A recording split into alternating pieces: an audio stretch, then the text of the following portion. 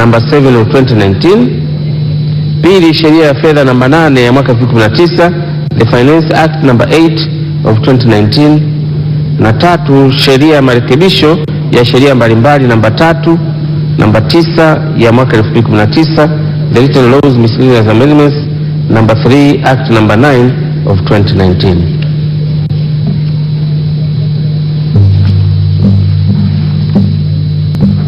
Katibu. Maswali. Mtazamaji, sasa Charles Mubia ndiye atakayekusomea maswali mbalimbali. Karibu. Swali la kwanza linaulizwa na Jamal Kasim Ali, mbunge wa Magomeni.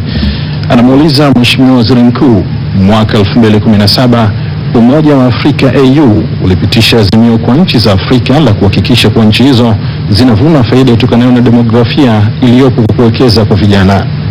Swali hilo lenye vipengele A na B linapatiwa majibu. Mheshimiwa Spika, kwa niaba ya Mheshimiwa Jamal Kasim Ali, naomba swali lake la kwanza lipate majibu ya serikali. Majibu ya swali hilo, Mheshimiwa Naibu Waziri Ofisi ya Waziri Mkuu, Mheshimiwa Mavunde. Mheshimiwa Spika, kwa niaba ya Mheshimiwa Waziri Mkuu, napenda kujibu swali la Mheshimiwa Jamal Kasim Ali, mbunge wa Magomeni, kama ifuatavyo. Mheshimiwa Spika, katika kikao cha 29 cha wakuu wa nchi za Umoja wa Afrika kilichofanyika mjini Addis Ababa, kiliweka azimio namba 601 lililotangaza mwaka 2017 kuwa ni mwaka wa kuvuna faida itokanayo na demografia kupitia uwekezaji kwa vijana, harnessing the demographic dividend through investments in youth. Mheshimiwa Spika, katika kutekeleza azimio hilo, serikali imechukua hatua zifuatazo. Kwanza ni kutoa mikopo ya kuwezesha vijana kuanzisha na kuendeleza miradi yao ya uzalishaji mali kupitia mfuko wa maendeleo ya vijana, ambapo katika kipindi cha mwaka 2015-2019 serikali imewezesha vikundi vya vijana 755 ambao vimepatiwa mikopo ya shilingi bilioni 4.2 kwa ajili ya shughuli mbalimbali za kiuchumi. Pili, kurekebisha sheria ya fedha serikali za mitaa sura 290 ya mwaka 2017 inazozitaka halmashauri zote nchini kutenga 10% ya mapato ya ndani kwa makundi ya vijana, wanawake na watu wenye ulemavu kwa ajili ya mikopo. Tatu, kuibua bunifu 31 za vijana katika sekta ya sayansi na teknolojia. Kati ya hizo bunifu 11 zimefanywa tathmini ya kisayansi na kwa sasa zipo katika hatua mbalimbali, ikiwemo kuweka kwenye kiota atamizi incubator kabla ya hatua ya majaribio na uzalishaji. Nne, ni kutoa mafunzo ya ufundi stadi kwa vijana 5875 kupitia taasisi ya Don Bosco Next Tanzania, kurasimisha ujuzi wa vijana 10,000 waliopata nje ya mfumo rasmi kwa mafunzo kupitia VETA, na serikali kwa kushirikiana na waajiri imeibua fursa 1800 za mafunzo ya vitendo mahala pa kazi, ambapo wahitimu 292 wameshapelekwa kuanza mafunzo. Tano, ni kutoa mafunzo maalum ya vitalu nyumba kwa halmashauri zote nchini ili kufikia vijana wasiopungua 18,000, na tayari mikoa 12 imeanza programu hii kwa awamu ya kwanza. Mheshimiwa Spika, kutokana na utekelezaji wa azimio hilo, mafanikio makubwa yaliyopatikana ni pamoja na ongezeko la ajira kwa vijana katika sekta binafsi, ongezeko la vijana wanaojitegemea kutokana na kujiajiri wao wenyewe, ongezeko la vijana wenye ujuzi wa kujiajiri na kuajiriwa, na upatikanaji wa mikopo yenye masharti nafuu kwa vijana.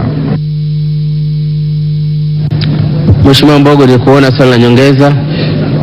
Mheshimiwa Spika, nashukuru kwa majibu mazuri na maswali madogo mawili ya nyongeza.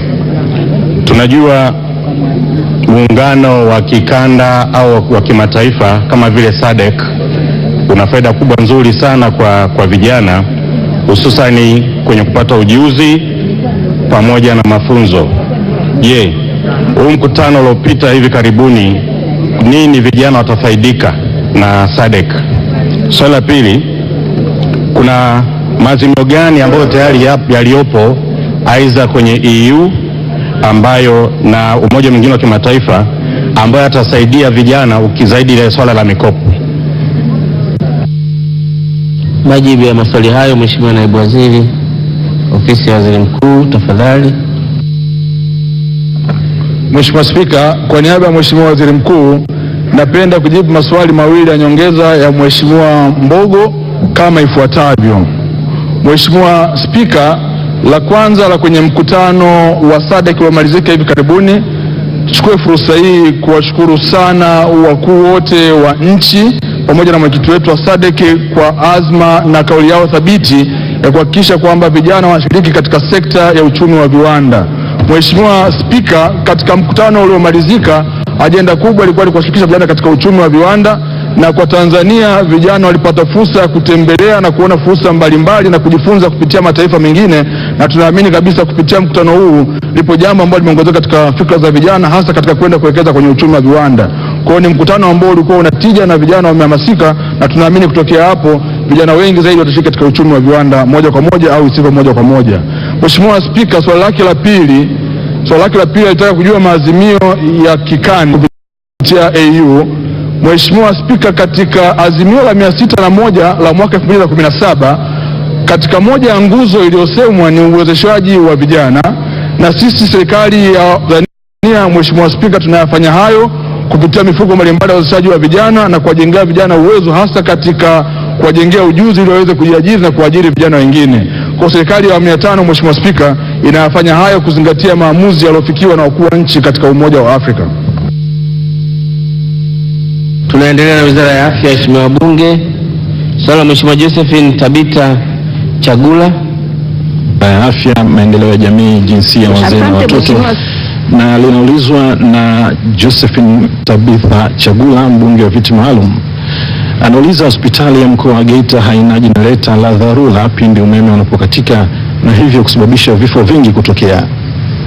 Je, serikali ina mpango gani wa kupeleka jenereta la dharura katika hospitali hiyo? Swali hilo linajibiwa na naibu waziri wa afya Chagula, mbunge viti maalum, kama ifuatavyo. Mheshimiwa Spika, jenereta lilokuwa likitumika katika hospitali ya mkoa wa Geita lilipata hitilafu na hivyo kufanya hospitali ya mkoa wa Geita kutokuwa na jenereta ya dharura. Mheshimiwa Spika, kwa sasa hospitali ya mkoa wa Geita limepata jenereta mbadala lenye ukubwa wa kVA 400 ambalo linakidhi mahitaji yote ya hospitali. Jenereta hili lilipatikana kutoka halmashauri ya mji wa Geita kupitia mgodi wa GGM.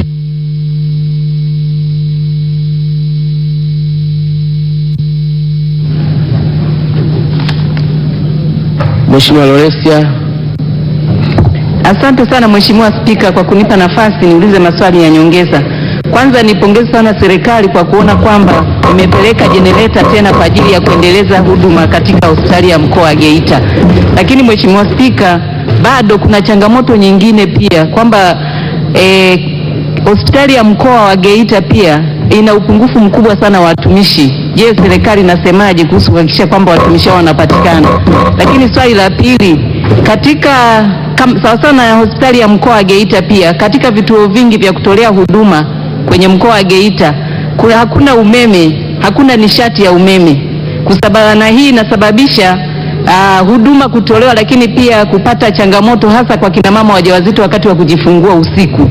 Je, serikali inasemaje kuhakikisha kwamba vituo vya afya vinapatiwa huduma ya umeme katika maeneo yote katika mkoa wa Geita?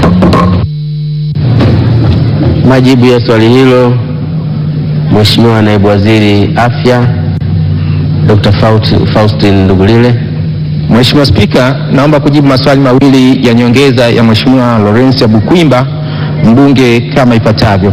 Ni kweli tunakiri kwamba katika hospitali ya rufaa ya mkoa wa Geita tuna changamoto ya rasilimali watu. Watumishi waliokuwepo pale ni takriban 50% ya watumishi wote ambao wanahitajika. Serikali imeliona hilo na linaendelea kuongeza watumishi kadri vibali vya ajira vinavyopatikana, lakini sambamba na hilo tunaendelea kusomesha wataalamu mbalimbali kuhakikisha kwamba zile huduma za kibingwa basi zinapatikana katika mkoa huu wa Geita. Swala lake la pili, Mheshimiwa Spika, ameulizia kuhusu swala la umeme katika vituo vyetu vya kutolea huduma za afya. Na Mheshimiwa Spika, sisi kama Wizara ya Afya tumekuwa tunafanya kazi kwa karibu sana na Wizara ya Nishati kupitia mpango wa REA, na moja mkakati katika mradi huu ni kuhakikisha kwamba vituo vyote vya kutolea huduma za afya na mashule vinapata umeme. Kwa hiyo nimhakikishie tu kwamba Mheshimiwa mbunge, Wizara ya Afya kushirikiana na Wizara ya Nishati kupitia mradi wa REA itahakikisha kwamba maeneo yote ambayo yanapitiwa na mradi wa REA basi nao yanapata umeme.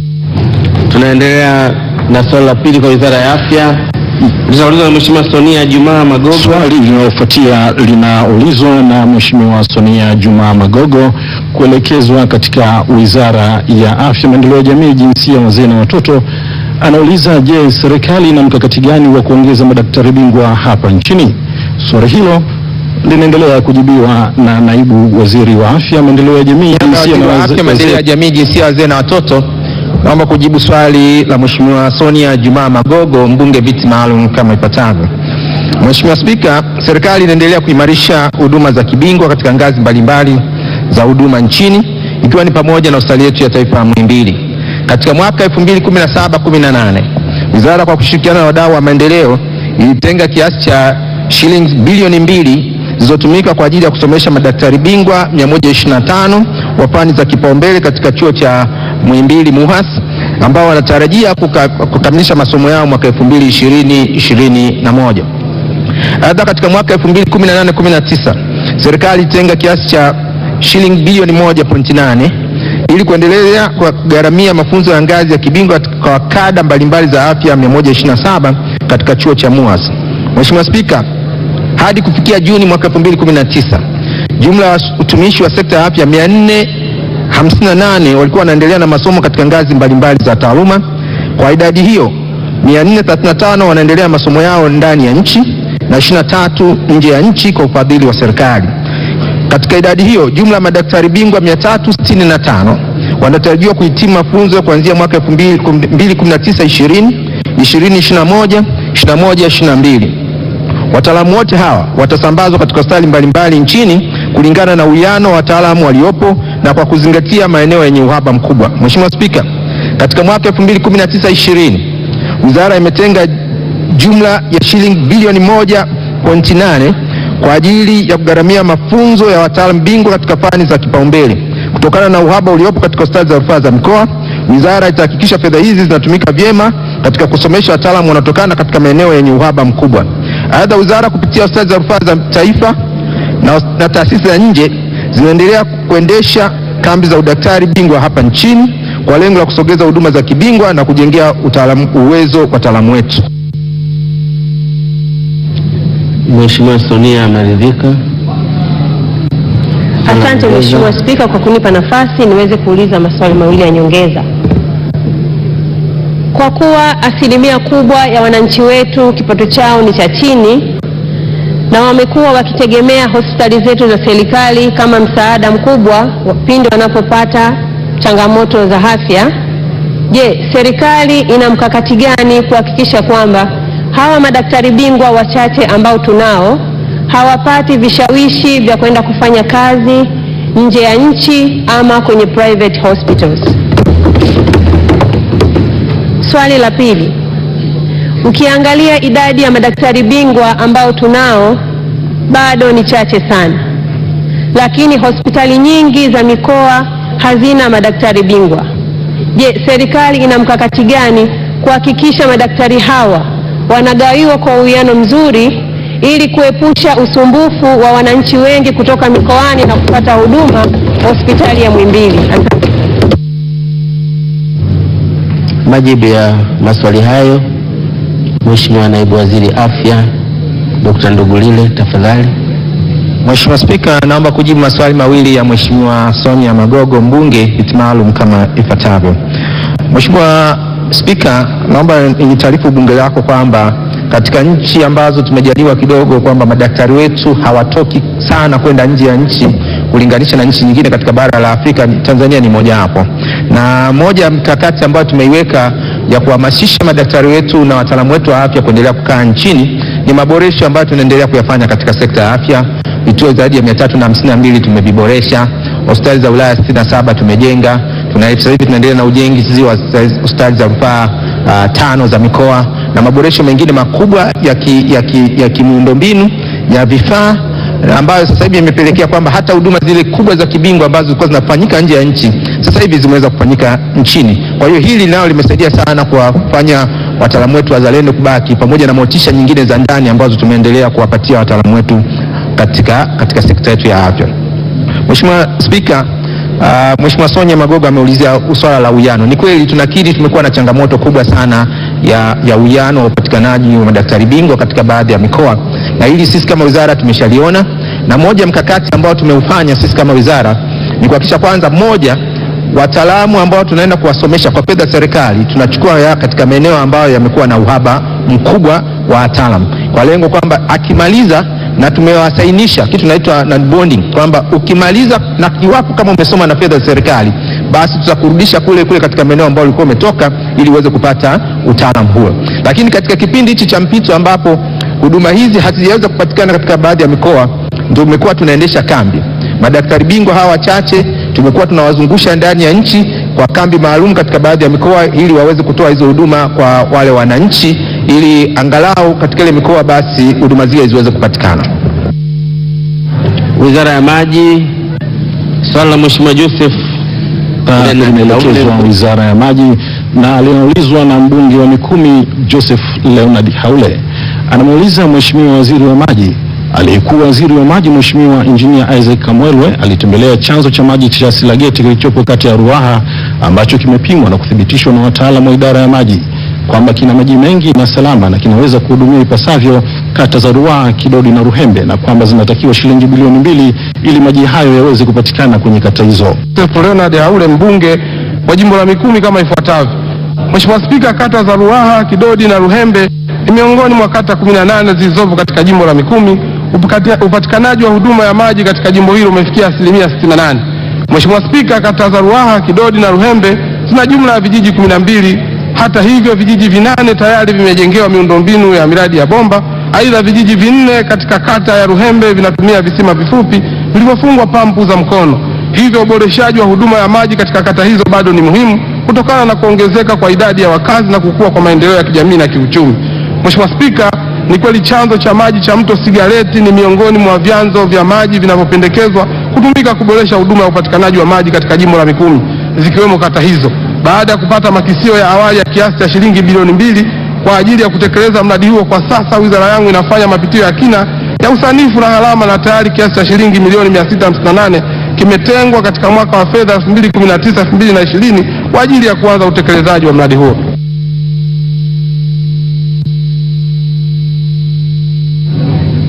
Mheshimiwa Winchester Ramlaza, nimekuona.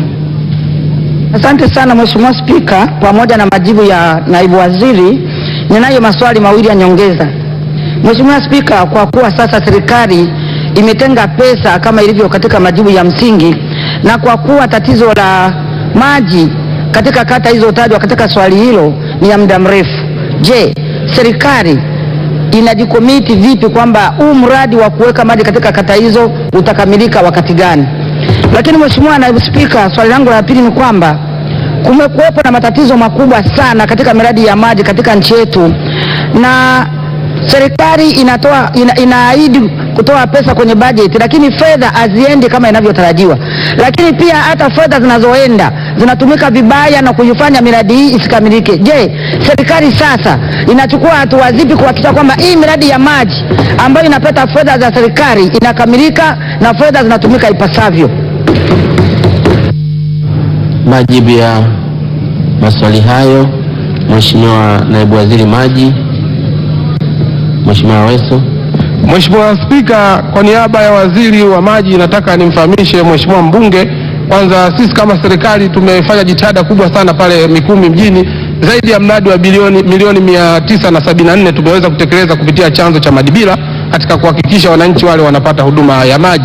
Lakini katika kuhakikisha tunatumia chanzo hicho cha Sigaleti, sisi tunapitia usanifu kwa mara ya mwisho kabisa, na nataka nimhakikishie sisi kama Wizara ya Maji tutafanya jitihada kuhakikisha mradi huu unaanza na kutekeleza katika kuhakikisha azma ya Mheshimiwa Rais Dr. John Pombe Magufuli ya kumtoa mwanamama ndoo kichwani na timilika.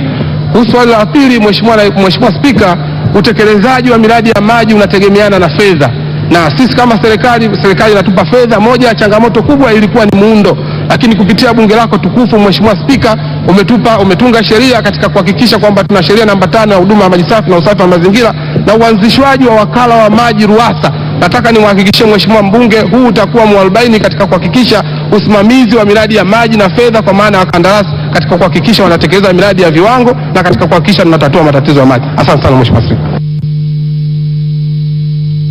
Asante sana Nimekuona Mheshimiwa mbunge wa Singida Mashariki, Mheshimiwa Miraji Mtaturu.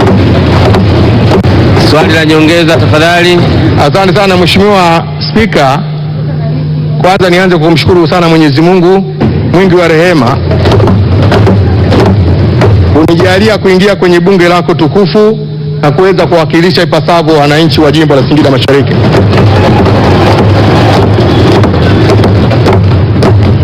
Mheshimiwa Spika, jimbo la Singida, wilaya ya Ikungi pamoja na jimbo la Singida Mashariki ni kama ambavyo swala la msingi lilivyouliza, lina matatizo yanayofanana na jimbo lililoulizwa katika swala la msingi. Pamoja na matatizo hayo, zimefanyika jitihada. Serikali ya awamu ya 5 chini ya kipenzi chetu Dr. John Pombe Magufuli wameshatuletea takriban bilioni 1 na milioni 500 kuchimba visima virefu 28. Sasa nimekuja hapa kuomba Mheshimiwa Spika, kwa kupitia waziri wako tayari, tumeshafanya tathmini ya kutosha tuweze kupata, maana kuchimba maji na kuyapata ni jambo moja na kutoka maji ni jambo la pili. Kwa hiyo ninaomba Mheshimiwa waziri anihakikishie kwamba kupitia tathmini iliyofanyika na iko wizarani, tunahitaji jumla ya bilioni 2 ili tuweze kutengeneza miundombinu ya maji, wananchi wa Singida wapate maji.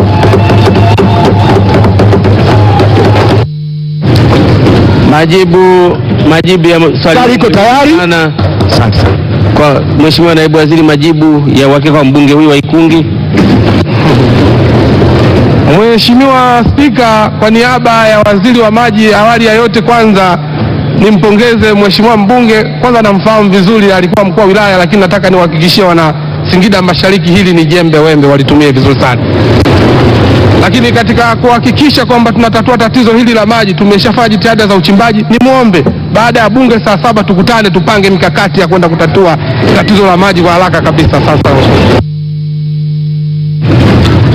na mimi kama spika naongezea, Wizara ya Maji Ikungi kule, hakikisheni mambo ya maji, matatizo yanaisha kabisa. Swali linalofuata Mheshimiwa Esther Bulaya, mbunge wa Bunda mjini. Swali linalofuata linaulizwa na Esther Amos Bulaya, mbunge wa Bunda mjini. Anamuuliza Mheshimiwa Waziri wa Maji, jimbo la Bunda mjini limekuwa likikumbwa na adha ya ukosefu wa maji safi na salama. Je, ni lini serikali itatoa fedha ili kuondoa adha hiyo? Swali hilo linaendelea kupata majibu. Mheshimiwa Spika, kwa niaba ya Waziri wa Maji naomba kujibu swali la Mheshimiwa Esther Amos Bulaya, mbunge wa Bunda mjini kama ifuatavyo. Mheshimiwa Spika, ni kweli kuwa mji wa Bunda ni miongoni mwa maeneo ambayo yana shida kubwa ya maji. Mahitaji ya maji kwa wananchi wa Bunda mjini ni mita za ujazo 9857 kwa siku, wakati uzalishaji wa maji kwa sasa ni mita za ujazo 4464 kwa siku. Hii inatokana na kutokamilika kwa ujenzi wa miundombinu ya usambazaji maji baada ya mkandarasi kuondoka eneo la utekelezaji. Mheshimiwa Spika, katika kuhakikisha mradi huo unakamilika na wananchi kuanza kunufaika na huduma ya maji, serikali imechukua hatua kuainisha kazi zote ambazo hazijatekelezwa katika mradi huo zinazogharimu kiasi cha shilingi milioni 375. Fedha hizo zinapelekwa Mamlaka ya Maji Safi na Usafi wa Mazingira Musoma ili ziweze kusimamia utekelezaji wa mradi huo na kukamilisha, hivyo kuanza kuhudumia wananchi wa jimbo la Bunda mjini. Ni dhahiri kukamilika kwa mradi huu pamoja na ujenzi wa chujio jipya la maji kutasaidia kwa kiasi kikubwa kutatua tatizo la maji katika mji wa Bunda. Mheshimiwa Esther Bulaya, nimekuona. Mheshimiwa Spika, na kushukuru.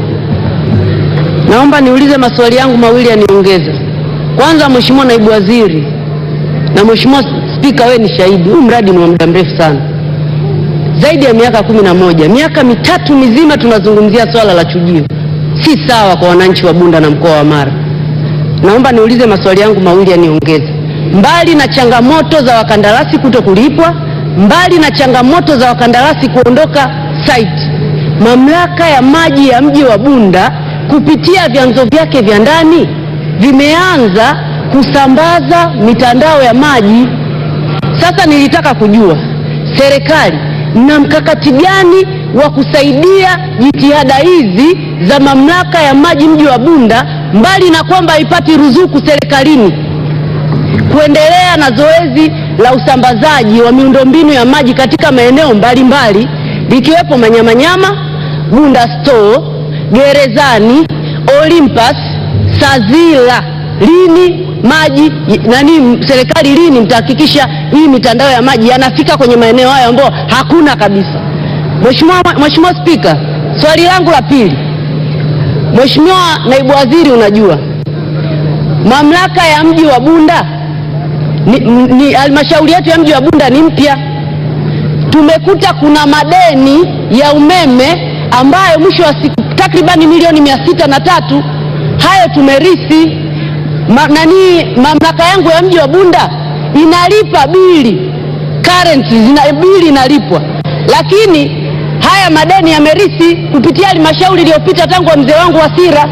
Wizara mna mkakati gani kuhakikisha hili deni linalipwa ili umeme usikatwe, wananchi waweze kupata huduma ya maji, maana wao ndio wanaoathirika? Asante sana. Majibu ya maswali hayo, Mheshimiwa Naibu Waziri Maji, tafadhali. Mheshimiwa Spika, kwa niaba ya Waziri wa Maji napenda kujibu swali la Mheshimiwa mbunge dada yangu Esther Bulaya. Cha kwanza nataka nikiri kwamba moja ya changamoto kwetu tuliokuwa nayo ilikuwa wakandarasi wa babaishaji. Lakini Mheshimiwa Spika, kuanzishwaji wa RUWASA mmekwisha tupalungu sisi viongozi wa Wizara ya Maji, hatuna sababu hata moja ya kulalamika. Tutachukua hatua kwa mkandarasi yoyote ambaye atataka kutuchelewesha katika kukamilisha miradi yetu ya maji. Lakini kikubwa kutokana na mradi ule, Mheshimiwa Waziri amekushatoa agizo kwamba mradi ule sasa tutatekeleza kupitia wataalamu wetu wa ndani katika kuhakikisha tunawapa uwezo mamlaka ile ya Bunda kwamba tutatoa milioni 375 na wataalamu wetu wa ndani wataukamilisha mradi ule kwa haraka, na kazi iliyobaka ni wataalamu wetu wa mamlaka sasa kuwaunganishia wateja wao ili waweze kupata huduma hii ya maji. Lakini kuhusu swala zima la ukatikaji wa umeme na madeni yaliyopo, Mheshimiwa Spika, hii ni grade C mamlaka yao. Sisi kama wizara yetu ya maji tumeona haja sasa ya wao kulipa kidogo na sisi tuweze kuwaongezea ili katika kuhakikisha tunakamilisha deni ile na wananchi wa Bunda waendelee kupata huduma ya maji. Lakini pia natambua kwa Mheshimiwa Kangi Lugola kukamilika kwa mradi huu, maeneo ya vijiji jirani kwa maana ya Buzimbwe, Bulamba na Kabainja nao watapata huduma ya maji. Nataka nimhakikishie Mheshimiwa Esther Bulaya kukamilika kwa mradi huu utafanya maamuzi sahihi sasa ya kurudi nyumbani. Asante sana. Asante. Mheshimiwa Naibu Waziri, umeelezea jimbo la Bunda mjini na jimbo la Mwibara, lakini bado kwa Mheshimiwa Getere hujasema chochote. Mheshimiwa Mwita, swali la nyongeza. Asante Mheshimiwa Spika, nakushukuru kwa kunipa nafasi ya kuuliza swali dogo la nyongeza. Kwanza kabisa niwashukuru Wizara ya Maji. Kwa sasa kwa kweli tuseme ukweli kwamba viongozi wote, mawaziri, makatibu na watendaji wote sasa wako kazini, wanafanya kazi vizuri, niwashukuru sana. Mheshimiwa Spika, katika jimbo la Bunda wataalamu walifanya utathmini ya kuchimba visima vya maji, ikaonekana kwamba visima vinakauka. Wizara ikaja na mkakati wa kuchimba marambo zaidi ya marambo 16 ambayo ni matumizi ya maji. Sasa kwa mwaka huu wamechagua kuchimba marambo 5. Nataka kuuliza tu waziri, ni lini sasa haya marambo 5 yatafanywa kazi? Asante. Majibu mafupi kwa haraka, Mheshimiwa Naibu Waziri. Mheshimiwa Spika, kwa niaba ya Waziri wa Maji, kwanza nimpongeze Mheshimiwa mbunge, kiukweli anafanya kazi kubwa sana.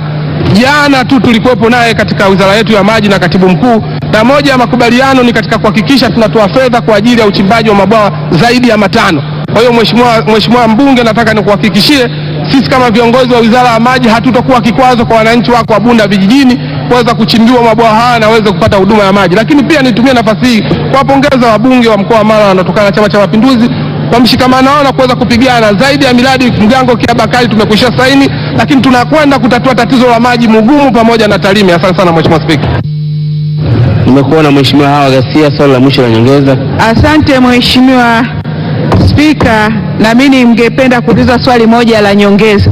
Katika halmashauri ya wilaya ya Mtwara vijijini tumechimbiwa visima 11 na kati ya visima hivyo visima 3 tayari serikali imeridhia mchakato wa kutafuta mkandarasi uanze. Je, ni lini serikali itaridhia na visima 8 vilivyobaki navyo mchakato wa kutafuta mkandarasi uanze ili huduma ya upatikanaji wa maji jimbo la Mtwara vijijini iboreke? Majibu ya swali hilo, Mheshimiwa Naibu Waziri Maji, tafadhali. Mheshimiwa Spika, kwa niaba ya waziri wa maji, lakini la kwanza nimpongeze Mheshimiwa mbunge mama yangu Hawa kwa kazi kubwa anayofanya katika jimbo lake, lakini kikubwa nimwagize mhandisi wa mkoa kwa maana meneja RUWASA katika kuhakikisha analifuatilia hili jambo na alihakikisha lianze kwa haraka, na sisi kama Wizara ya Maji tupo tayari kuwapa msaada ili mradi uanze kwa haraka kwa wakati. Asante sana na kushukuru sana. Tunahamia Wizara ya Ujenzi, Uchukuzi na Mawasiliano. Na sasa ni zamu ya Wizara ya Ujenzi, Uchukuzi na Mawasiliano, na swali linaulizwa na Mheshimiwa Hussein Nasor Amar, mbunge wa Nyang'hwale. Anauliza, viongozi mbalimbali wa kitaifa walitoa ahadi kwa wananchi kujenga barabara ya kutoka Busisi, Busolwa, Nyijundu, Karumwa, Bukwimba hadi Nyang'olongo kuelekea Kahama mjini kwa kiwango cha lami pamoja na kuondoa tatizo la mawasiliano ya simu. Je, ni lini ahadi hiyo viongozi wakuu wa nchi itatekelezwa? Spika, kwa niaba ya Waziri wa Ujenzi, Uchukuzi na Mawasiliano, naomba kujibu swali la Mheshimiwa Hussein Nasor Amar, mbunge wa Nyang'hwale lenye sehemu A na B kama ifuatavyo. Mheshimiwa Spika, barabara ya Busisi, Busolwa, Nyijundu, Karumwa, Bukwimba, Nyang'hongo hadi Kahama yenye urefu wa kilomita 204.68 ni barabara ya mkoa inayohudumiwa na wakala wa barabara Tanzania TANROADS iliyoko katika mikoa ya Mwanza kilomita 41, mkoa wa Geita kilomita 68.68 na mkoa wa Shinyanga kilomita 95. Mheshimiwa Spika, ahadi ya viongozi wa nchi ikiwemo ahadi ya ujenzi wa kiwango cha lami wa barabara tajwa itatekelezwa kwa awamu kulingana na upatikanaji wa fedha. Wakati serikali ikiendelea kutafuta fedha, barabara hii itaendelea kufanyiwa matengenezo mbalimbali ili iendelee kupitika majira yote ya mwaka. B. Mheshimiwa Spika, kufuatia ahadi iliyotolewa na Rais awamu ya 4 na utekelezaji wa sera ya serikali kupitia mfuko wa mawasiliano kwa wote iliainisha uhitaji wa mawasiliano katika wilaya ya Nyang'hwale yakiwemo maeneo yaliyoahidiwa ili kutambua maeneo yote yenye uhitaji wa mawasiliano kwa ajili ya ufikishaji wa huduma hiyo. Mheshimiwa Spika, kabla ya tathmini hiyo, serikali ilikuwa imejenga mnara wa mawasiliano katika kata ya Shabaka mwaka 2013 yenye wakazi takriban 12,072 katika mradi uliotekelezwa na kampuni ya Vodacom. Mheshimiwa Spika, baada ya uainishaji kukamilika na ukubwa wa uhitaji kubainika, Januari mwaka 2014 serikali kupitia mfuko wa mawasiliano kwa wote ilitangaza zabuni ya kufikia huduma za mawasiliano katika kata za Busolwa, Kafita, Kakora, Nyijundu, Mwingiro, Nyabulanda na Nyugwa. Utekelezaji ulianza Aprili 2015 ambapo wakazi zaidi ya 68,544 ikiwemo kata ya Nyugwa wamefikishiwa huduma ya mawasiliano. Aidha, serikali itaendelea kutekeleza ahadi iliyotolewa kwa maeneo yaliyobaki ya Nyantukuza, Kanegere na maeneo mengine ili yaweze kusikika na kuchochea maendeleo katika maeneo husika kadri ya upatikanaji wa fedha hususan katika mwaka wa fedha 2019-2020.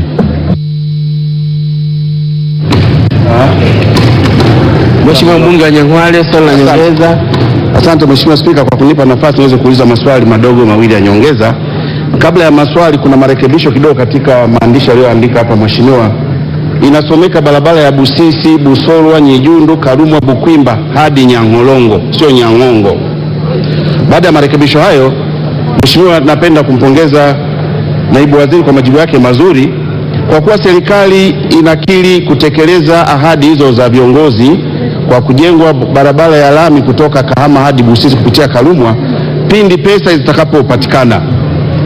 Swali, kwa nini serikali isitenge fedha kutujengea kilomita 3 pale makao makuu ya wilaya Karumwa ili kupunguza vumbi, wakati serikali ikitafuta fedha nyingi za kutengeneza hizo kilomita nyingi, tutengewe fedha za kilomita 3 ili kuweza kujenga pale makao makuu ya wilaya kupunguza vumbi kwa ajili ya msongamano mkubwa wa magari.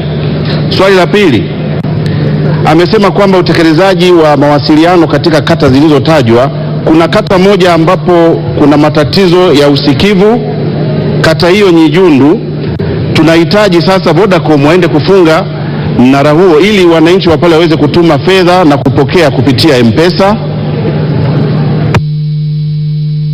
Majibu ya maswali hayo, Mheshimiwa Naibu Waziri Ujenzi, Uchukuzi na Mawasiliano. Mheshimiwa kuandikwa tafadhali. Mheshimiwa Spika, kwa niaba ya Waziri wa Ujenzi, Uchukuzi na Mawasiliano, napenda kujibu swali la nyongeza la Mheshimiwa Hussein Nasor Amar kama ifuatavyo. Kwanza, Mheshimiwa Spika, niruhusu nimpongeze Mheshimiwa mbunge kwa sababu tumezungumza mambo mengi sana kuhusu uboreshaji wa miundombinu katika wilaya hii ya Nyang'hwale. Lakini nimwambie tu Mheshimiwa mbunge kwamba tulifanya discussion, naona kumbuka, na nilitoa maelekezo upande wa wenzetu wa TANROADS mkoa wa Geita kwa maana kwamba tutazame mji huu wa makao makuu ya mji wa Nyang'hwale.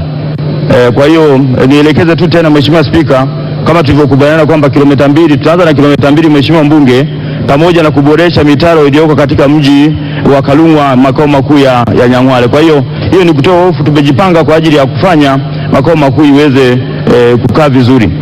Kuhusu mawasiliano, Mheshimiwa Spika, ni kwamba tunaendelea na hatua ya kuendelea kuboresha mawasiliano nchi nzima. Nimsihi tu Mheshimiwa mbunge, labda baadaye tuonane ili tuangalie kwenye orodha, nayo orodha kwamba tuko kwenye mpango wa manunuzi kupitia hii mfuko wa mawasiliano kwa wote. Tutapeleka vijiji 521 ambao viko kwenye hatua ya manunuzi. Hayumkini vijiji vya kwako vinaweza tukaviangalia vizuri. Kwa hiyo tuonane tu, nina orodha ya kutosha hapa na Mheshimiwa wabunge wengine kwa manufaa ya wote, ili tuone tumejipangaje kupeleka mawasiliano maeneo ambayo tumejipangia katika awamu hii ya 4. Mheshimiwa Spika, asante sana. Asante sana. Swali la nyongeza, nimekuona Mheshimiwa Aisha Rose Matembe. Nakushukuru Mheshimiwa Spika kwa kuniona.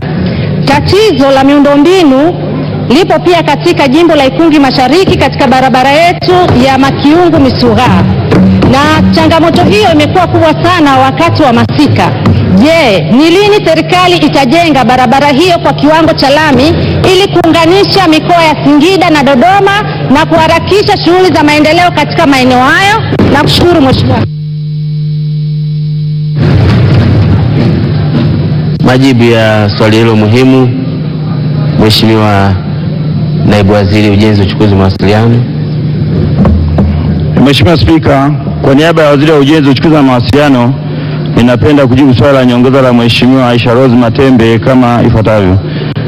Kwanza, Mheshimiwa Aisha Rose Matembe amekuwa mahiri sana kufuatilia barabara mbalimbali, na nifahamishe tu Mheshimiwa Spika, barabara hii anayotaja Mheshimiwa mbunge ni sehemu ya barabara kilomita 461 inayotoka Handeni kupita Kibirashi, Kijungu, inapita Chemba, inakwenda hadi Singida, itapita katika eneo hili. Kwa hiyo nikombe tu Mheshimiwa mbunge uvute subira, na katika bajeti ya mwaka huu Mheshimiwa Spika, tumetenga fedha kuanza ujenzi wa barabara hii muhimu. Kwa hiyo tutakwenda kwa awamu kupata fedha. Mheshimiwa Spika, eneo hili litapitiwa na mradi wa barabara ya lami itatoka Handeni kuja hadi Singida. Asante sana.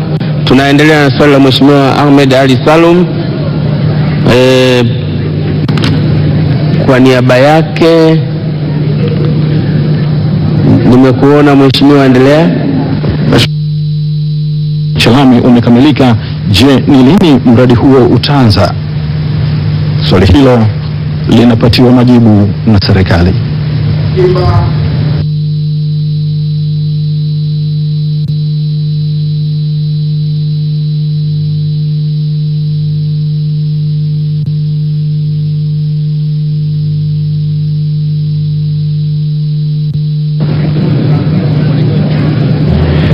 Mheshimiwa Spika, kwa niaba ya Waziri wa Ujenzi, Uchukuzi na Mawasiliano, napenda kujibu swali la Mheshimiwa Ahmed Ali Salum, mbunge wa Sorwa kama ifuatavyo. Mheshimiwa Spika, barabara ya Mwanangwa, Misasi, Salawe, Sorwa hadi Kahama yenye urefu wa kilomita 150 ni barabara ya mkoa inayohudumiwa na wakala wa barabara Tanzania TANROADS kupitia mikoa ya Mwanza na Shinyanga. Kazi ya upembuzi yakinifu na usanifu wa kina kwa ajili ya kuijenga barabara hii kwa kiwango cha lami ilikamilika Disemba mwaka 2017 kwa gharama ya shilingi milioni 798.8. Mheshimiwa Spika, kipaumbele cha serikali sasa ni kuunganisha makao makuu ya mkoa kwa nchi jirani kwa barabara za lami zilizoainishwa kwenye shoroba za maendeleo, yani development corridor. Barabara nyingine ikiwemo ya Mwanangwa, Misasi, Salawe, Sorwa hadi Kahama itaanza kujengwa kwa kiwango cha lami kwa awamu kulingana na upatikanaji wa fedha. Mheshimiwa Spika, kwa Kwa kutambua umuhimu wa barabara hii, serikali imeendelea kutenga fedha kwa ajili ya kuifanyia matengenezo ya barabara hii ili ipitike majira yote ya mwaka, na katika mwaka wa fedha 2016 na 20 kiasi cha shilingi bilioni 1.6 zimetengwa.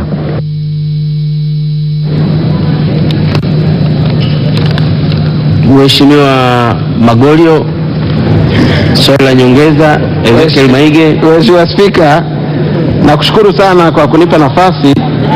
Naomba pia nimshukuru sana Mheshimiwa Naibu Waziri ndugu yangu Chief Kwandikwa kwa majibu mazuri aliyoyatoa. Pamoja na majibu hayo mazuri, nilikuwa naomba niulize swali moja dogo la nyongeza. Mheshimiwa Spika, barabara kubwa tatu zinazopita jimbo la Msalala, kwa maana ya barabara hii ya Solwa hadi Kahama kupitia Bulige, barabara ya Busisi Nyang'hwale hadi Kahama na barabara ya Kahama Geita, zote zilishafanyika, upembuzi yakinifu ulishakamilika. Na kwa bajeti ya mwaka huu tuliopitisha kwenye bunge lililomalizika mwezi Juni, tulipitisha fedha kwa ajili ya ujenzi wa kiwango cha lami wa barabara ya Kahama hadi Geita. Barabara hii imekuwa ni kero kubwa. Nilitaka kujua tu na wananchi wafahamu ni hatua gani sasa imefikiwa ya kuanza ujenzi kwa kiwango cha lami barabara ya Kahama Geita, kuanzia pale Manzese, Segese, Bukoli hadi Geita. Majibu ya swali hilo muhimu. Mheshimiwa Naibu Waziri, barabara ya Geita Kahama ambayo inashuka mpaka Ushetu, majibu tafadhali. Mheshimiwa Spika, kwa niaba ya Waziri wa Ujenzi, Uchukuzi na Mawasiliano, napenda kujibu swali la nyongeza la Mheshimiwa Maige, mbunge wa Msalala, kama ifuatavyo. Mheshimiwa Spika, kama mbunge alivyozungumza, ukiangalia kwenye ukanda ule barabara hizi zote zinahusiana, na sisi niseme kama serikali tumejipanga kukusanya barabara hizi ziweze kuwa kwenye mnyororo mzuri. Kwa hiyo Mheshimiwa Maige, unafahamu kwamba hatua nzuri ya ujenzi wa barabara hii kutoka Kahama kupitia maeneo uliyoyataja ya Bulige kupitia kwenye jimbo la Mheshimiwa Bukwimba kwenda mpaka Geita mjini. Kwa hiyo tumejipanga, kwa hiyo tuko hatua za mwisho kuanza ujenzi wa barabara hii muhimu, na hii sasa itapunguza urefu wa barabara hii ambayo Mheshimiwa Nasoro alikuwa ameuliza hapa, nimejibu muda uliopita, kwa maana itaunganisha hiyo barabara kwa maana kupita kwenye mji wa Nyang'hwale. Lakini hata hiyo barabara uliokuwa tunajibu kwenye swali la msingi, kwa maana inapita kwenye maeneo mengi. Mheshimiwa Spika alijaribu kutaja maeneo machache, lakini kimsingi inagusa kwenye jimbo la Misungwi, inapita kwenye eneo la Kwimba, inaunganisha pia jimbo hili la Solwa, Msalala na mji wa Kahama. Kwa hiyo niseme tu kwa wananchi wa Kahama kwa ujumla na wananchi wa mkoa wa Geita na Mwanza kwamba tumejipanga vizuri. Mheshimiwa, tutaenda kwa awamu hivyo hivyo. Kuna barabara hii kubwa itaanza, lakini pia barabara hizi zingine zinazounganisha tuko kwenye mpango. Tukionana baadaye utaangalia pia kwenye mpango mkakati wetu kama wizara tumejipangaje hatua kwa hatua kukamilisha barabara hizi zote. Kwa hiyo nakupongeza sana kwa umahiri mkubwa unaofanya katika kuwahudumia wananchi wa Msalala. Asante sana Mheshimiwa wabunge. Bado tunaendelea na kipindi cha maswali, na sasa ni zamu ya Wizara ya Kilimo ambapo mbunge wa Bahi Omar Ahmed Babel viongozi wenye viti wetu wa kamati muende hapa kwenye lounge ya spika kwa kikao muhimu. Kwa hiyo naomba popote pale mlipo wajumbe wa kamati ya uongozi muende hapa nyuma kwa kikao muhimu ambacho kitaendelea hapo, ili baada ya maswali na azimio moja kwa moja tuende kwenye kikao chetu cha briefing, ili pamoja na mambo mengine basi tuweze kutoa ripoti ambayo kamati ya uongozi mtakuwa mmeidhinisha. Kwa naombeni sana kamati ya uongozi tuende hapo kwa kikao kifupi tu, hakitakuwa kirefu. La pili, niwatangazie waheshimiwa wabunge kwamba hizi karatasi za pinki hizi za maswali na order paper kwa ujumla wake, orodha ya shughuli hii ndio itakuwa karatasi ya mwisho kuingia bungeni leo. Kuanzia kesho tutakutumia hii kwenye mawasiliano yako ya kimtandao. Kwa hiyo naomba kila mmoja kuconfirm namba yake ya simu, namba ya WhatsApp, email address hapa. Sisi ndio bunge pekee katika Afrika Mashariki ambalo bado tunaendekeza masuala ya makaratasi mengi. Wenzetu wote ni paperless. Kwa tutaanza na hili jambo moja peke yake la hii order paper, halafu tutaona kidogo kidogo kadri ambavyo tutaenda mpaka tafika mahali ambapo dawati la mheshimiwa mbunge litakuwa safi. Kwa hiyo tutaanza na hii kwa kutumia simu yako ya mkononi. Naomba kila mmoja atuhakikishie kuhusu namba yake ya simu ya WhatsApp na email address na mawasiliano mengine ya kimtandao ambaye anaona itakuwa bora bunge tukatumia kwake. Kuanzia kesho karatasi hii haitaingia hapa bungeni. Tunaendelea na swali linalofuatia ni linaelekezwa katika Wizara ya Kilimo, linaulizwa na Omar Ahmed Badwel, mbunge wa Bahi. Anauliza, wilaya ya Bahi inakwamishwa na miundombinu chakavu na isiyokamilika katika skimu zake za umwagiliaji wa zao la mpunga. Je, serikali imejiandaa kuchukua hatua gani kutoa fedha za ukarabati na umaliziaji wa miradi hiyo? Swali hili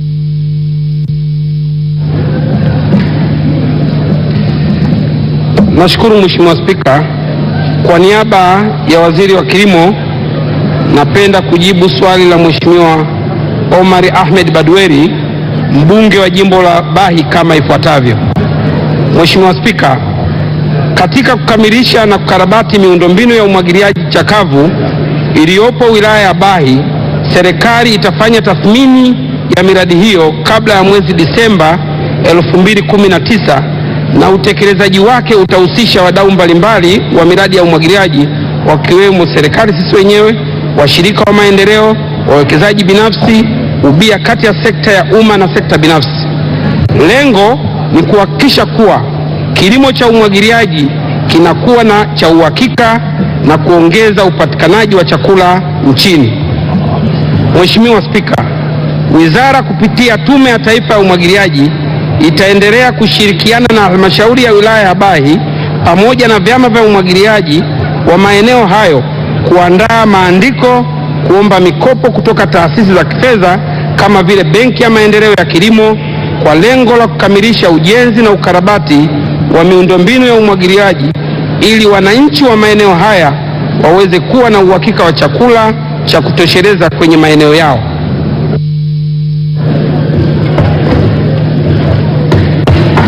Mheshimiwa Badweli, swali la nyongeza nimekuona.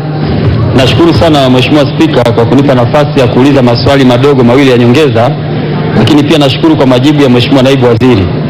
Kwa kuwa Mheshimiwa Naibu Waziri amezungumza habari ya tathmini, na mimi nashukuru kwa kuniahidi kwamba kabla ya mwezi Desemba tathmini hizo zitakuwa zimefanyika ili waweze kujua fedha ngapi zinahitajika katika kumalizia na ukarabati wa miradi. Lakini kwa kuwa tayari tuna miradi ambayo fedha zake zinajulikana kwamba zikipatikana zinaweza zikakamilika, miradi hiyo ikakamilika, kwa mfano mradi wa umwagiliaji katika kijiji cha Kongogo ambao umekuwa ni wa muda mrefu. Je, serikali sasa iko tayari kupeleka fedha kabla ya hiyo tathmini, kwa sababu tayari tathmini yake inajulikana, ili mradi ule uweze kukamilika? Lakini swali la pili, kwa kuwa Mheshimiwa Waziri amehusisha kwamba wapo washirika mbalimbali ambao wanaweza kutusaidia katika swala zima la miradi yetu ya umwagiliaji, na sisi Bahi tayari tunao wafadhili ambao wanatusaidia, hususan shirika la Liki, ambao nataka nichukue nafasi pia Mheshimiwa Spika kuwashukuru sana wenzetu wa Liki kwa namna ambavyo wamesaidiana na kushirikiana vizuri na wananchi wa Bahi katika miradi ya umwagiliaji, na tayari wameshatuandikia andiko na michoro mizuri kabisa ya utengenezaji wa bwawa katika kijiji cha Chikopelo. Sasa bado hatujapata fedha. Je, serikali sasa itakuwa tayari kupokea andiko hili kutoka wenzetu wa shirika la Liki ili kama alivyoahidi Mheshimiwa Waziri hapa waweze kututafutia fedha katika mashirika mbalimbali ya wadau wetu? Asante Mheshimiwa Spika. Majibu ya swali hilo kwa kifupi, Mheshimiwa Naibu Waziri Kilimo.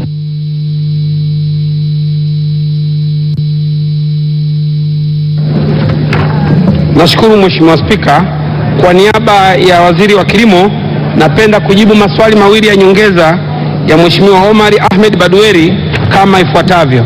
Mheshimiwa Spika, swali lake la kwanza anataka kujua kama serikali iko tayari kwa ajili ya kupeleka fedha kwa mradi huu wa skimu ya Kongogo ambao ni ya muda mrefu.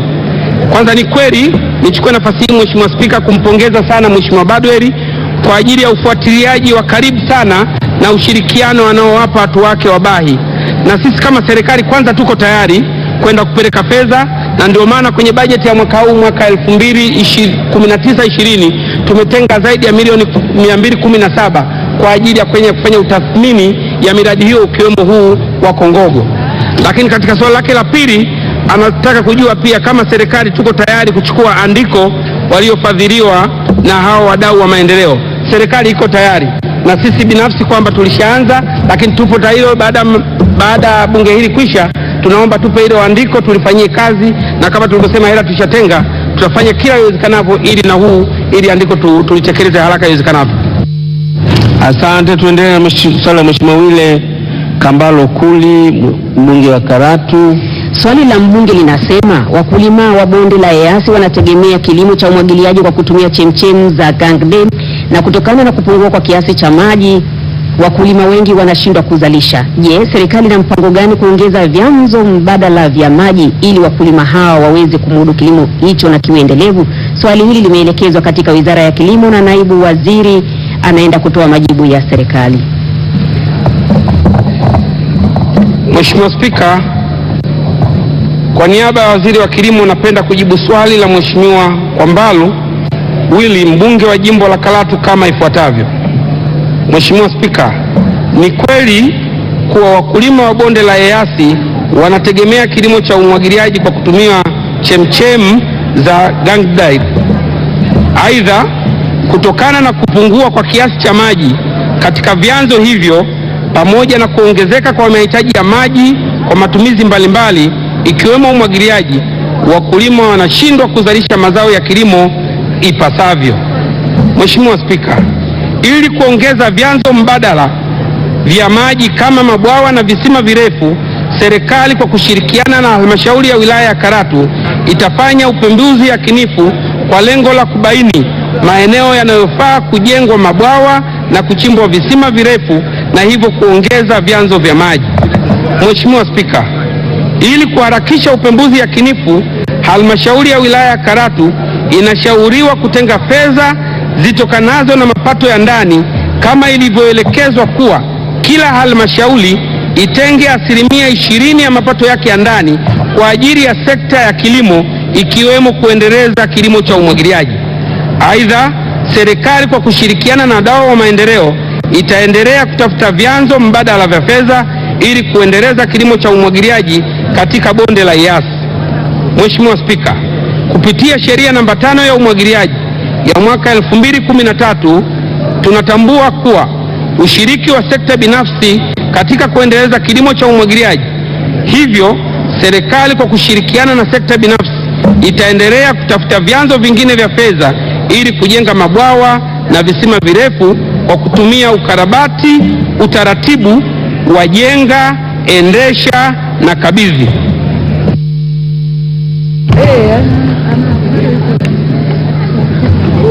Mheshimiwa mbunge wa Mbulu Vijijini, swali la nyongeza tafadhali. Mheshimiwa Flotei Masai. Asante sana Mheshimiwa Spika kwa kunipa nafasi ya kuuliza maswali mawili ya nyongeza. Kwa kuwa majibu ya Mheshimiwa Waziri yanasema fedha zipatikane na zitengwe mapato ya ndani ya halmashauri ya Karatu, na kwa sababu ukiangalia mapato ya halmashauri hayana uwezo wa kujenga hata bwawa, je, serikali ya Yori sasa itumie namna mbadala kutokana na hali hii ikusaidia watu wa bonde la Eyasi? Swali la pili, kwa kuwa wilaya ya Karatu na wilaya ya Mbulu zilikuwa wilaya moja na bonde la Eyasi ni sawasawa na bonde la Bashai, je, kuna mpango gani pia wa kusaidia bonde la Bashai kulipatia fedha ili skimu hii zipate kuendelea? Majibu ya maswali hayo muhimu, Mheshimiwa Naibu Waziri Kilimo, Mheshimiwa Mgumba tafadhali.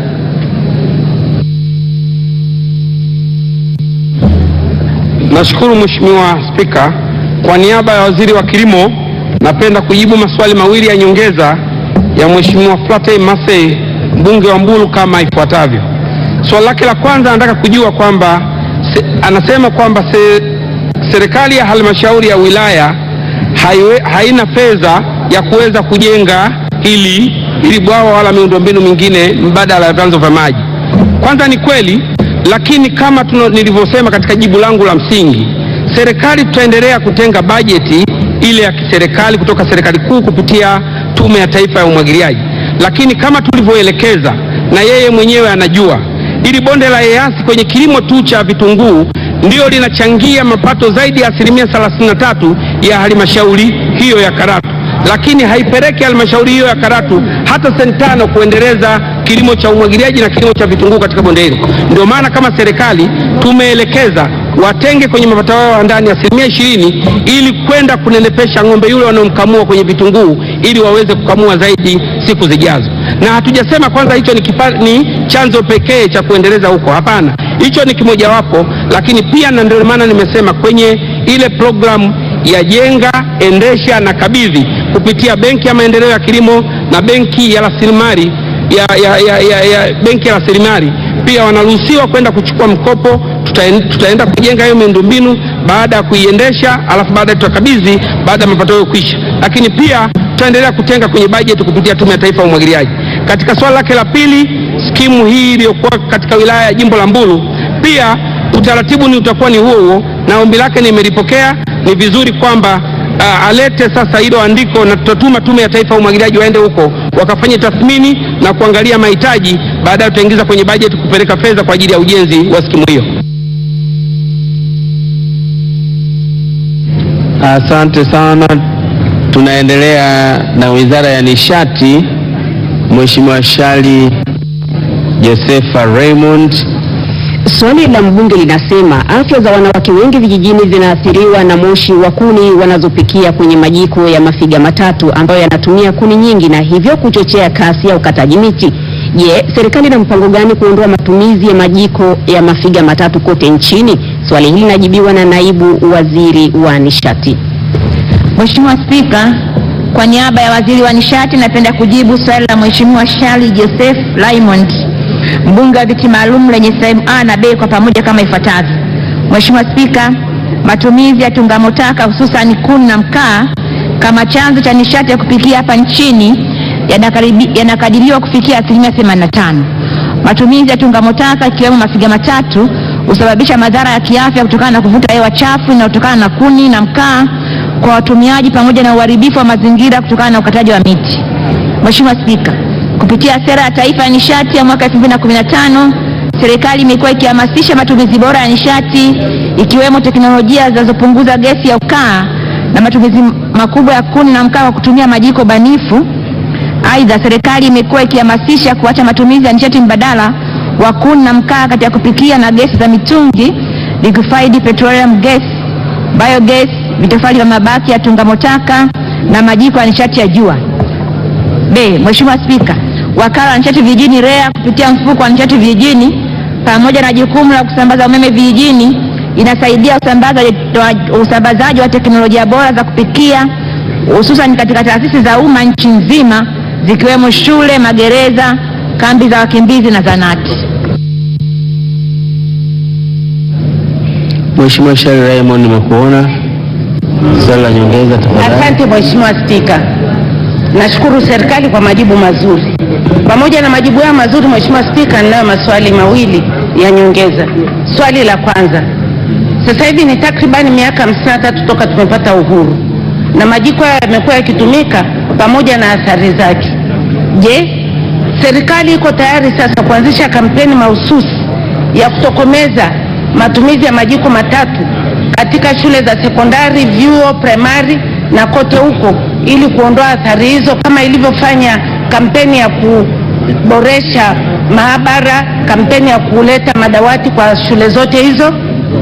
Swali la pili, Mheshimiwa Spika, kuna makampuni binafsi ambayo yanasambaza gesi hizo za kupikia, liquid gas, na pia kwenye mitungi midogo ambayo ni affordable ikiwemo Mihan, Oryx, Sasa serikali iko tayari kushirikiana na makampuni hayo ili kupunguza athari za moshi unaowaumiza sana kina mama walio vijijini na kwingineko, na bado hawajapata elimu ya matumizi hayo ya majiko hayo kwamba wanaumia, ili waweze kupatiwa majiko hayo kwa bei nafuu.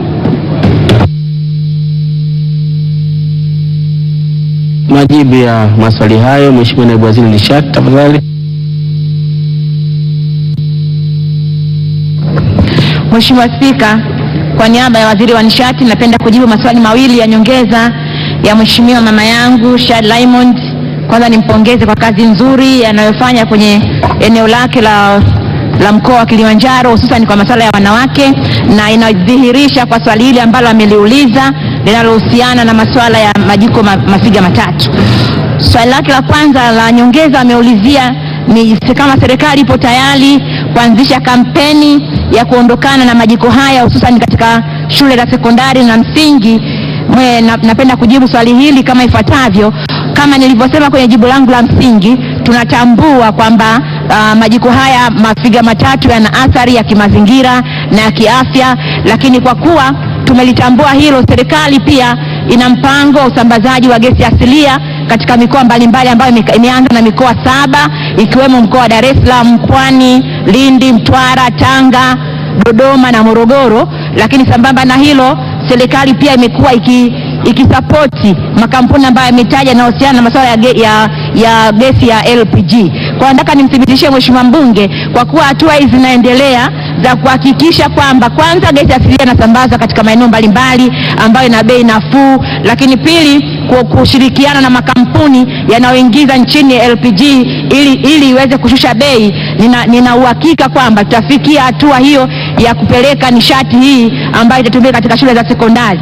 Hata hivyo, Mheshimiwa Naibu Spika, pia kuna makampuni mbalimbali ambayo yanashirikiana katika swala zima la usambazaji wa nishati jadidifu katika maeneo mbalimbali. Kwa hiyo nitoa wito tu katika makampuni hayo kuendelea kuiunga mkono serikali ili iweze kufikia hatua ya kutangaza hiyo kampeni, na ni jambo jema, na namuomba yeye pamoja na wabunge wote wa viti maalum na wabunge wote na wananchi mbalimbali ili tuhamasishe utunzaji wa mazingira na utumiaji wa nishati mbadala hasa katika kupikia ili kupunguza uharibifu wa mazingira.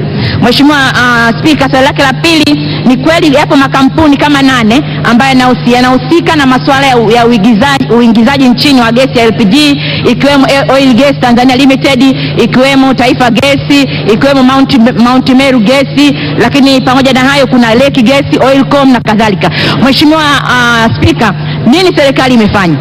Mheshimiwa Spika, tumeona kwa kuwa kiwango cha matumizi ya LPG kimeongezeka kutoka kwa mfano tani 90,000 mwaka 2018 mpaka tani 147 mwaka tani 90,000 mwaka 2016 mpaka tani 147 mwaka 2018. Kwa hiyo ni wazi matumizi yameongezeka.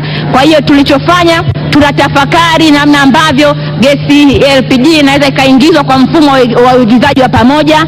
Tupo katika mazungumzo na wadau na hao wa makampuni haya na taasisi mbalimbali ili basi kuwezesha kuweka mazingira wezeshi ambayo yataisaidia hata EWURA kuweza kupanga bei ambayo inaweza ikawasaidia Watanzania kutumia gesi hii ili kulinda mazingira yetu. Kwa nitoa wito kwa makampuni ambayo yanaagiza, kwanza nawapongeza kwa uwekezaji wanaofanya, waendelee kujenga miundombinu katika mikoa mbalimbali ili hii gesi LPG iweze kuwafikia Tanzania wote, na serikali itaendelea kuandaa mazingira wezeshi ili kuwezesha huduma hii inapatikana kwa urahisi. Asante sana Mheshimiwa Spika.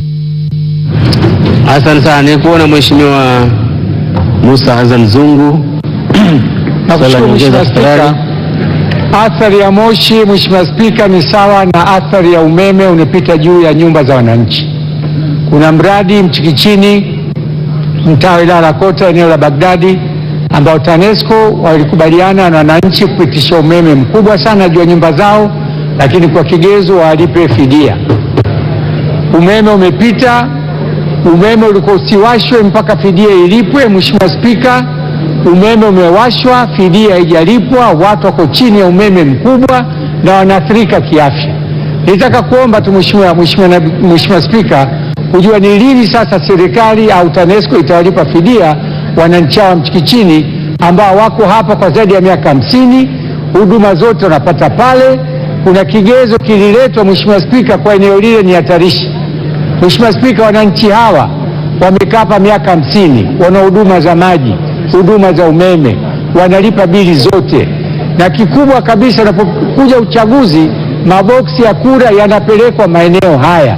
Mimi naomba serikali na TANESCO wawafikirie wananchi ambao ni maskini, walipe fidia, waondokane na athari ya patrika na umeme huu mkubwa katika nyumba zao. Majibu ya swali hili muhimu, Mheshimiwa Naibu Waziri Nishati, Mheshimiwa Subira. Mheshimiwa Waziri wa Nishati, nimekuona. Mheshimiwa Spika, Kalemani, tafadhali. Mheshimiwa Spika, kwanza nimpongeze Mheshimiwa Zungu kwa kuulizia na kufuatilia masuala ya fidia kwa wananchi wa Michikichini. Kweli kabisa Mheshimiwa Spika, wananchi wa Michikichini walipitiwa na umeme mkubwa katika jiji la Dar es Salaam na wilaya ya Ilala miaka 6-7 iliyopita, na ni kweli katika eneo hilo, bahati nzuri sana, eneo hilo lilichukuliwa na halmashauri ya manispaa ya Dar es Salaam, lakini ni kweli wananchi hao wanatambulika na kwamba walikuwa wakidai fidia. Tunachofanya sasa hivi, na tumpongeze Mheshimiwa Zungu, tunafanya majadiliano ya kina sana na manispaa ya Ilala ili kuhakikisha kwamba wananchi ambao wanadai fidia ni wale ambao kweli waliathirika na fidia. Lakini la pili, kwa sababu eneo hilo lilichukuliwa na halmashauri ya manispaa, tunafanya mazungumzo ili wananchi hao waendelee kupata haki yao kulingana na wanastahili. Lakini la pili, Mheshimiwa Spika, nimpongeze Mheshimiwa Zungu. Wiki mbili zilizopita tumekaa na Mheshimiwa Zungu kupitia kwa kamishina wetu wa nishati na tumefanyia kazi kwa kila swala hili. Wananchi hao tunawasihi wao watulivu wakati swala linafuatiliwa kati ya wizara na halmashauri ya manispaa Ilala ili waweze kupatiwa haki yao ndani ya muda mfupi kadri inavyowezekana. Asante sana Mheshimiwa Waziri. Tunahamia Wizara ya Madini. Swali la Mheshimiwa Alex Rafael Gashaza, mbunge wa Ngara. Swali la mbunge wa Ngara linasema katika jimbo la Ngara wapo wachimbaji wadogo wa madini ya manganese katika kata ya Muru Sagamba, kijiji cha Magamba, na tayari wamepata soko la madini nje ya nchi. Je, serikali itaridhia kutoa kibali kwa wachimbaji hao kuuza madini ghafi kutokana na kwamba hakuna mitambo ya uchenjuaji? Stanislaus Nyongo ni naibu waziri na anatoa majibu ya serikali. Mheshimiwa Spika, kwa niaba ya Waziri wa Madini napenda kujibu swali la Mheshimiwa Alex Rafael Gashaza, mbunge wa Ngara kama ifuatavyo. Mheshimiwa Spika, serikali imeendelea kusimamia sekta ya madini kikamilifu kwa kuhakikisha shughuli za uchimbaji na biashara ya madini zinafanyika kwa kufuata sheria na taratibu za nchi ili rasilimali hiyo iweze kutoa mchango kwa serikali kupitia malipo ya tozo stahiki na madini na pia itoe fursa ya ajira kwa Watanzania. Mheshimiwa Spika, serikali kwa kutambua umuhimu wa sekta ya madini na kwa kuwa rasilimali hiyo sio jadidifu, yani non-renewable, mwaka 2017 ilifanya marekebisho ya sheria ya madini ya mwaka 2010 na kutunga sheria mpya ya mali na urithi wa asili, yani Natural Wealth and Resources Permanent Sovereignty Act ya mwaka 2017 ambayo imerasimisha umiliki wa rasilimali madini kwa taifa. Kupitia sheria hizo, serikali imetoa zuio la usafirishaji wa madini ghafi pamoja na makinikia nje ya nchi ili kuhamasisha uwekezaji katika tasnia ya uchenjuaji na uongezaji thamani madini nchini, ambayo itatoa fursa ya ajira kwa Watanzania na pia kutekeleza dhima ya serikali ya kuwa na uchumi wa viwanda.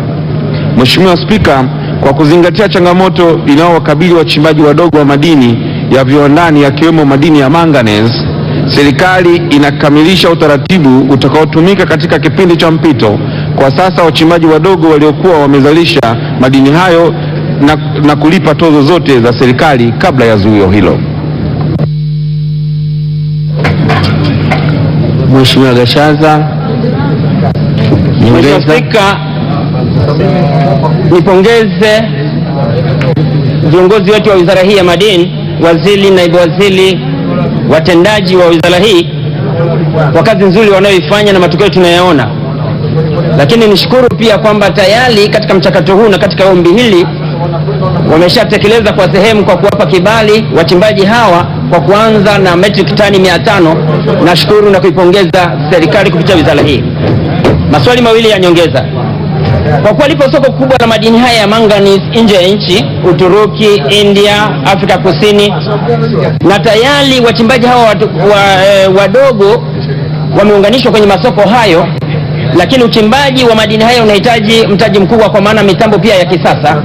Serikali iko tayari kuwawezesha wachimbaji hawa wadogo ili waweze kupata mitambo kama excavator, tipping trucks, ili waweze kumit uhitaji wa soko na kuongeza kipato kwa serikali yetu na kwao binafsi. Swali la pili, kwa vile miongoni mwa madini yanayopatikana katika jimbo la Ngara ni pamoja na nickel, na kwa muda mrefu tumekuwa tukisubiria kuona mradi huu wa Kabanga Nickel unaanza ili kutoa ajira, ili kuongeza kipato kwa wananchi wa jimbo la Ngara na Watanzania kwa ujumla. Ni lini mgodi huu utaanza ili kuweza kuleta tija kwa wananchi na kwa taifa pia? Majibu ya maswali hayo kifupi, Mheshimiwa Naibu Waziri Nyongo, tafadhali. Mheshimiwa Spika, kwa niaba ya Waziri wa Madini napenda kujibu maswali mawili ya nyongeza wa Mheshimiwa Gashaza, mbunge wa Ngara, kama ifuatavyo.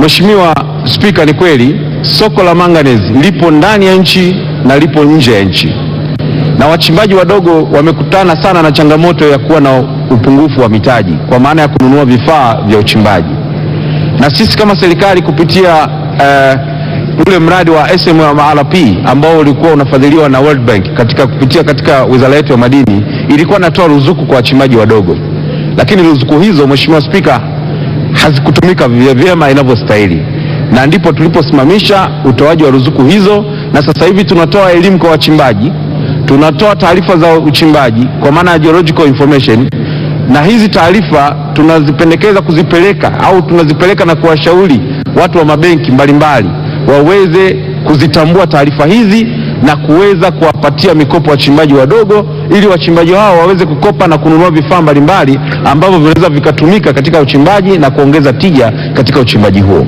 Lakini vile vile Mheshimiwa mbunge ameuliza kuhusiana na mgodi wa Kabanga Nickel. Ni kweli kabisa Mheshimiwa Spika, Nickel hapo kipindi cha nyuma katika soko la dunia ilikuwa na bei ya chini sana, ambapo uchimbaji wake ulikuwa hauna tija, kwa sababu bei ya Nickel katika soko la dunia ilikuwa chini ya dola 3.5 kwa pauni moja. Lakini sasa hivi bei ya pauni moja ya Nickel imepanda kwenda hadi dola 6 katika soko la dunia, ambapo wawekezaji sasa wameanza kuona kwamba wakiwekeza kwenye Nickel itaweza kuwa na faida. Na sisi katika ule mradi wa Kabanga, moja ya leseni ambayo ilikuwa ni retention license ilifutwa kwa mujibu wa sheria baada ya kufanya mabadiliko ya sheria mwaka 2017.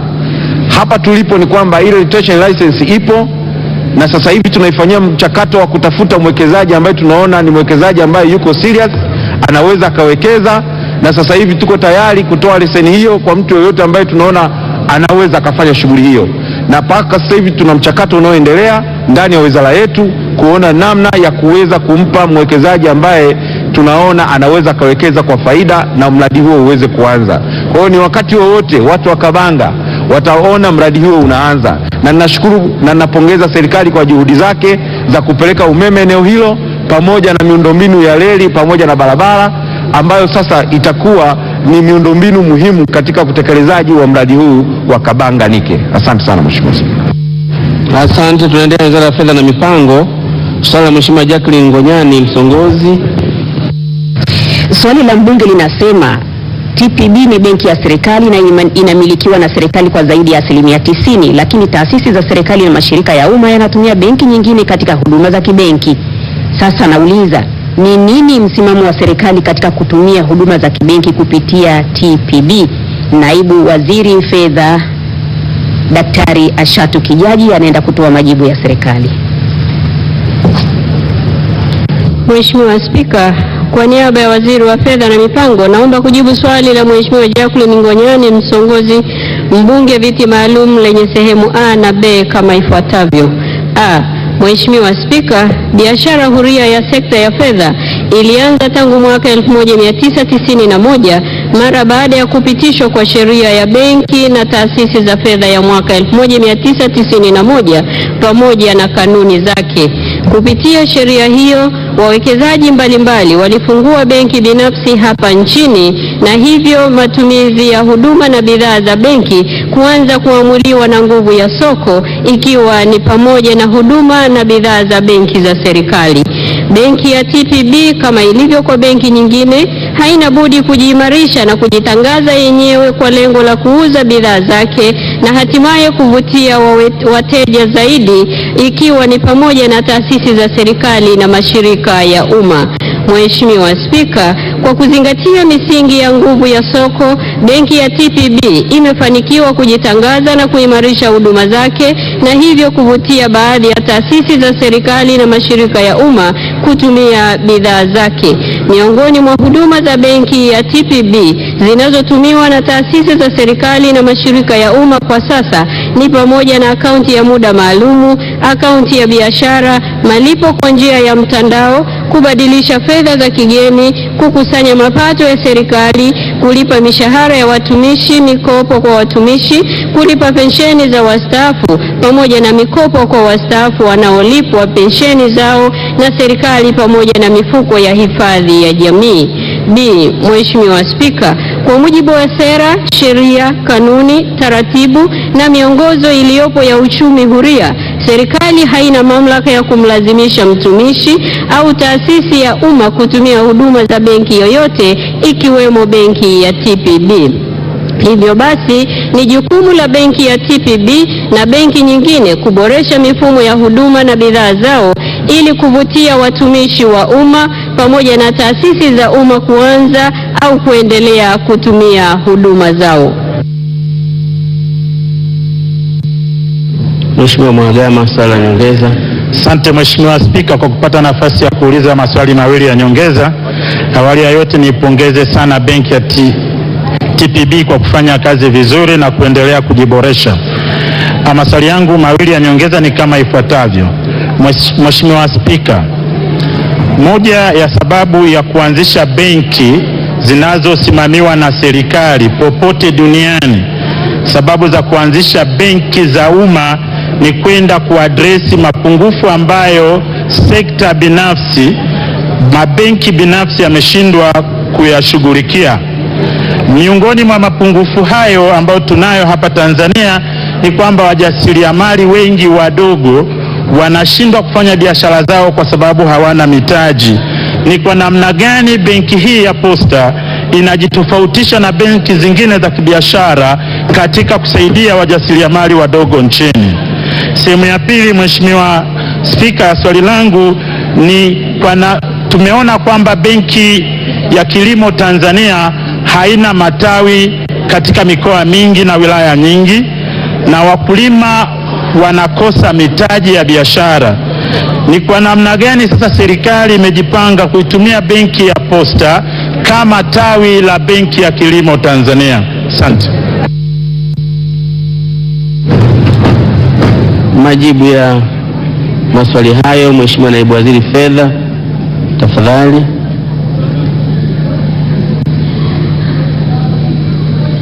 Mheshimiwa Spika, kwa niaba ya Waziri wa Fedha na Mipango, naomba kujibu maswali mawili ya Mheshimiwa Joseph Mhagama kama ifuatavyo. Swali lake la kwanza ni jinsi gani TPB inajitofautisha katika kutoa huduma na benki nyingine za biashara. Naomba kumpa taarifa kwamba benki ya TPB kwanza ina matawi katika mikoa yote Tanzania na imekwenda katika wilaya ambazo tunasema ni kama wilaya za vijijini ambako mabenki mengi ya biashara hayajafika. Kwa hiyo hilo ni jambo la kwanza walilolifanya, kuwafikia wananchi wetu kule walipo. Lakini pia benki ya TPB ina mfumo wa kukaa na wajasiriamali, kuwapa mafunzo na kuwapa mikopo ambayo ina riba nafuu ikishirikiana na benki yetu ya kilimo Tanzania.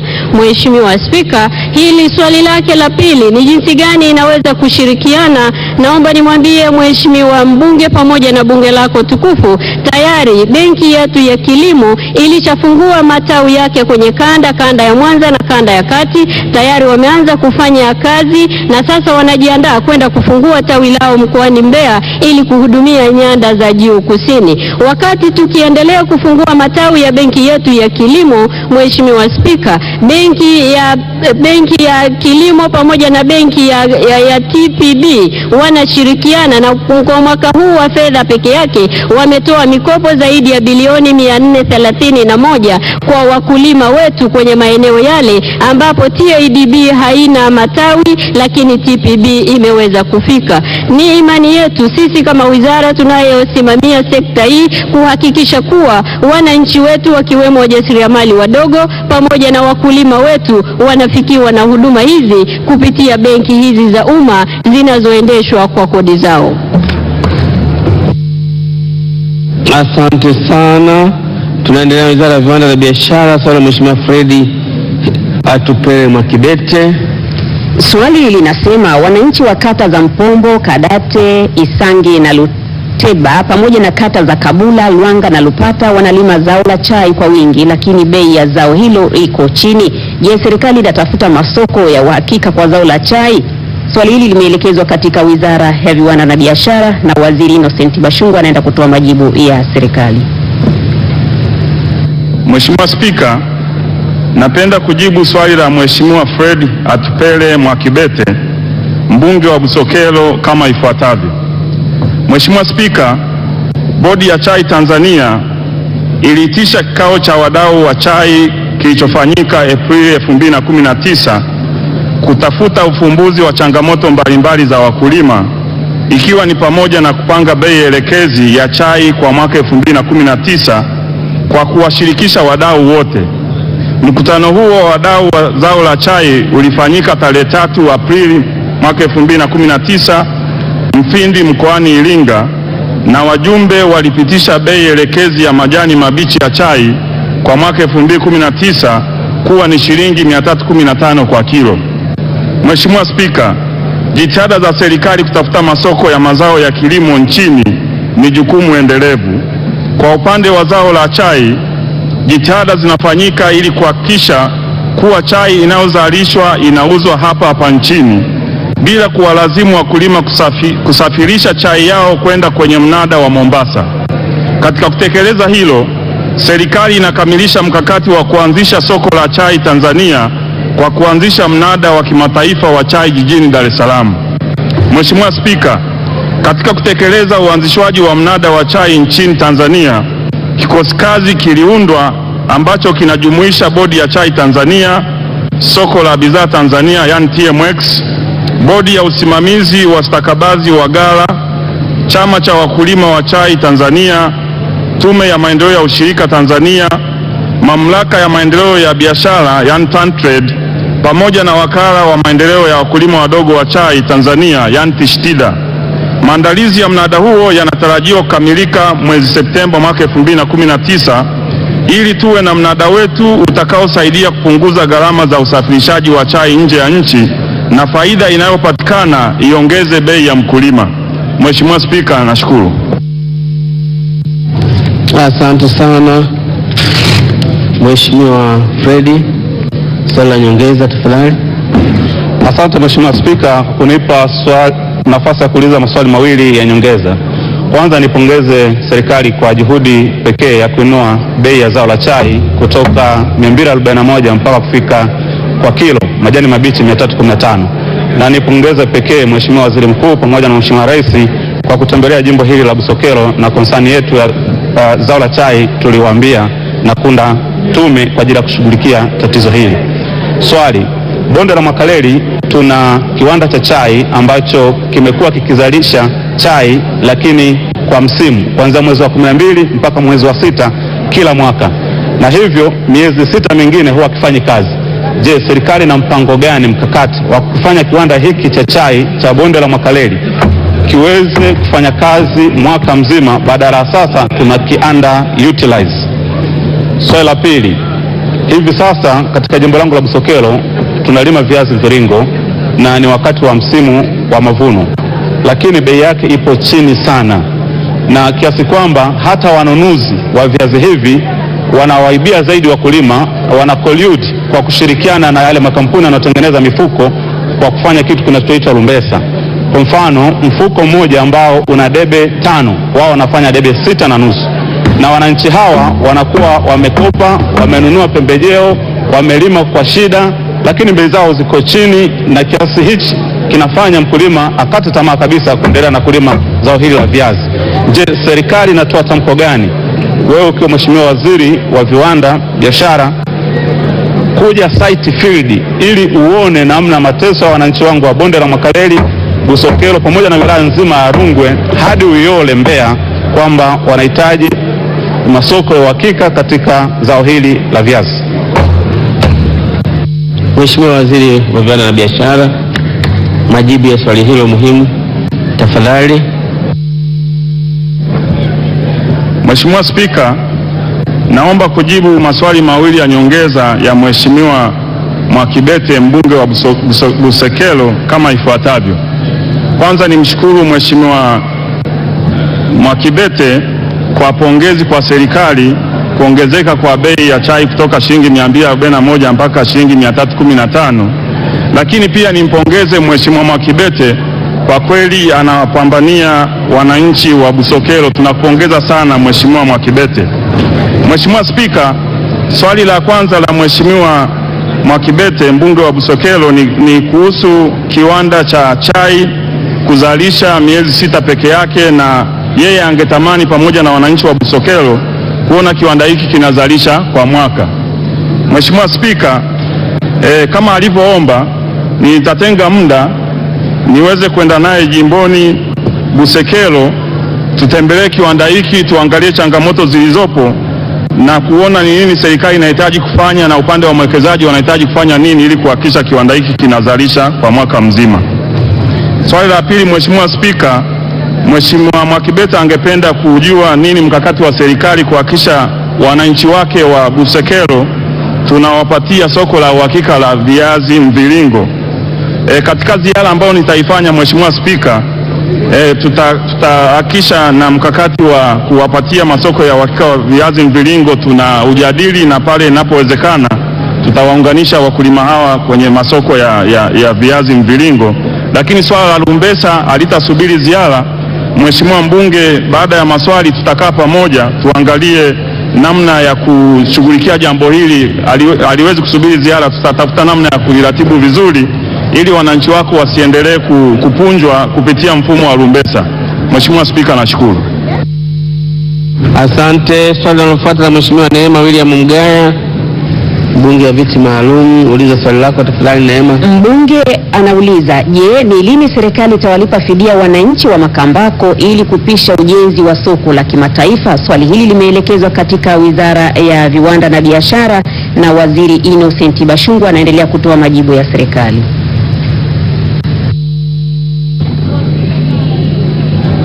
Mheshimiwa Spika, napenda kujibu swali la Mheshimiwa Neema William Mgaya, mbunge wa viti maalum kama ifuatavyo. Mheshimiwa Spika, mradi wa ujenzi wa soko la Makambako ulianza baada ya serikali kuona umuhimu wa kujenga masoko ya kimkakati, yani strategic markets, kwa lengo la kuwezesha upatikanaji wa masoko ya uhakika kwa mazao ya wakulima.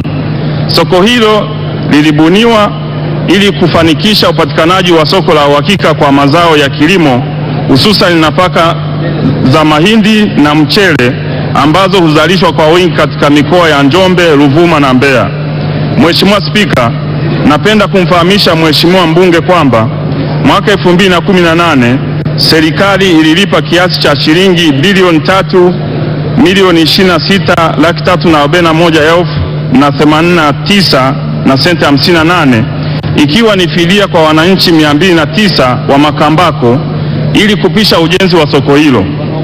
Aidha, wakati wa ulipaji fidia walijitokeza wananchi 15 ambao wakati wa uhakiki wa mwisho hawakupatikana na wananchi 20 ambao hawakuwepo kwenye daftari wala taarifa ya uhakiki. Kwa muktadha huo, serikali imeamua kufanya tathmini tena kwa wananchi ambao hawajalipwa fidia zao ili waweze kulipwa kama wanastahili. Mheshimiwa Spika, ni upongeze uongozi wa mkoa wa Njombe na waheshimiwa wabunge wanaotoka mkoa huo kwa ushirikiano walioutoa katika zoezi zima la upimaji fidia kwa wananchi waliopisha mradi wa ujenzi wa soko la kimataifa la Makambako. Zoezi la ulipaji fidia kwa wananchi wote litakapokamilika litawezesha mradi husika kutekelezwa bila kuwa na vikwazo. Mheshimiwa Neema, tafadhali. Asante Mheshimiwa Spika, na nimpongeze Mheshimiwa Waziri kwa majibu mazuri, lakini nina maswali mawili ya nyongeza. Nitaka kujua lini serikali itamaliza kufanya tathmini hiyo ya pili na kuweza kulipa fidia kwa wananchi hawa wa halmashauri ya Makambako ambao walikubali kabisa kupisha ujenzi wa soko la kimataifa. Swali langu la pili, Wizara ya Viwanda na Biashara, mmejipanga vipi kuhakikisha kwamba ndani ya mkoa wa Njombe na Tanzania kwa ujumla kunakuwa na viwanda vingi vidogo vidogo vya kuchakata na kuongeza thamani ya mazao, ili wanapoenda kuuza kwenye viwanda vikubwa na kwenye soko la kimataifa tarajiwa, wananchi hawa waweze kupata mapato zaidi na kuinua hali zao za kiuchumi, lakini vile vile ili tuweze kufikia hazma ya uchumi wa kati. Majibu ya maswali hayo, Mheshimiwa Waziri wa Viwanda na Biashara, Mheshimiwa Innocent Bashungwa, tafadhali. Mheshimiwa Spika, napenda kujibu maswali mawili ya Mheshimiwa Neema Mgaya, mbunge viti maalum, kama ifuatavyo. Kwanza, nampongeza Mheshimiwa mbunge Neema Mgaya kwa namna anavyofuatilia changamoto za wananchi wa mkoa wa Njombe. Nakupongeza sana. Swali la kwanza la Mheshimiwa Mgaya ni kwamba lini tathmini itakamilika. Mheshimiwa Spika, kwa kuzingatia azma ya serikali ya kuhakikisha tunawasaidia wakulima wetu kupata masoko ya uhakika, jambo hili tunalichukulia kwa uzito na tathmini tutahakikisha inafanyika haraka iwezekanavyo, na kwa vile kupitia wabunge wananchi watatupa ushirikiano katika kukamilisha swala la fidia, basi nimhakikishie Mheshimiwa mbunge tathmini itakamilika haraka iwezekanavyo, ili kupitia soko la kimataifa la Makambako wakulima wanaotoka kwenye nyanda za juu kusini waweze kuzalisha kwa wingi na kupata masoko ya uhakika kupitia soko la kimataifa la Makambako. Swali la pili, Mheshimiwa Mgaya angependa kujua nini mkakati wa wizara yetu katika kuhakikisha tunaongeza viwanda vidogo vidogo ili kuchakata mazao ya wakulima.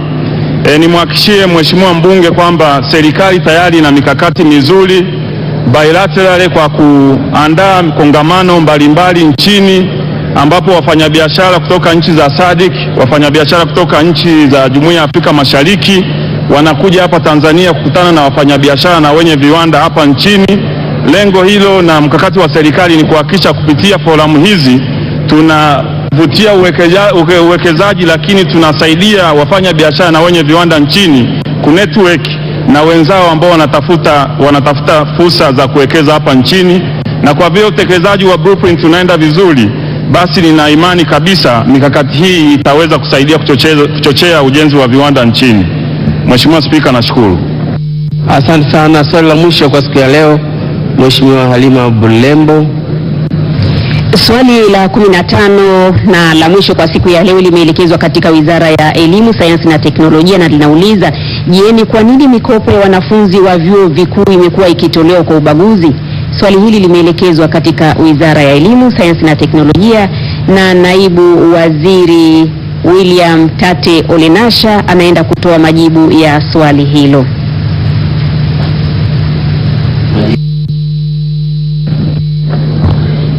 Mheshimiwa Spika, kwa niaba ya Waziri wa Elimu, Sayansi na Teknolojia, napenda kujibu swali la Mheshimiwa Halima Abdalla Bulembo, mbunge wa viti maalum, kama ifuatavyo.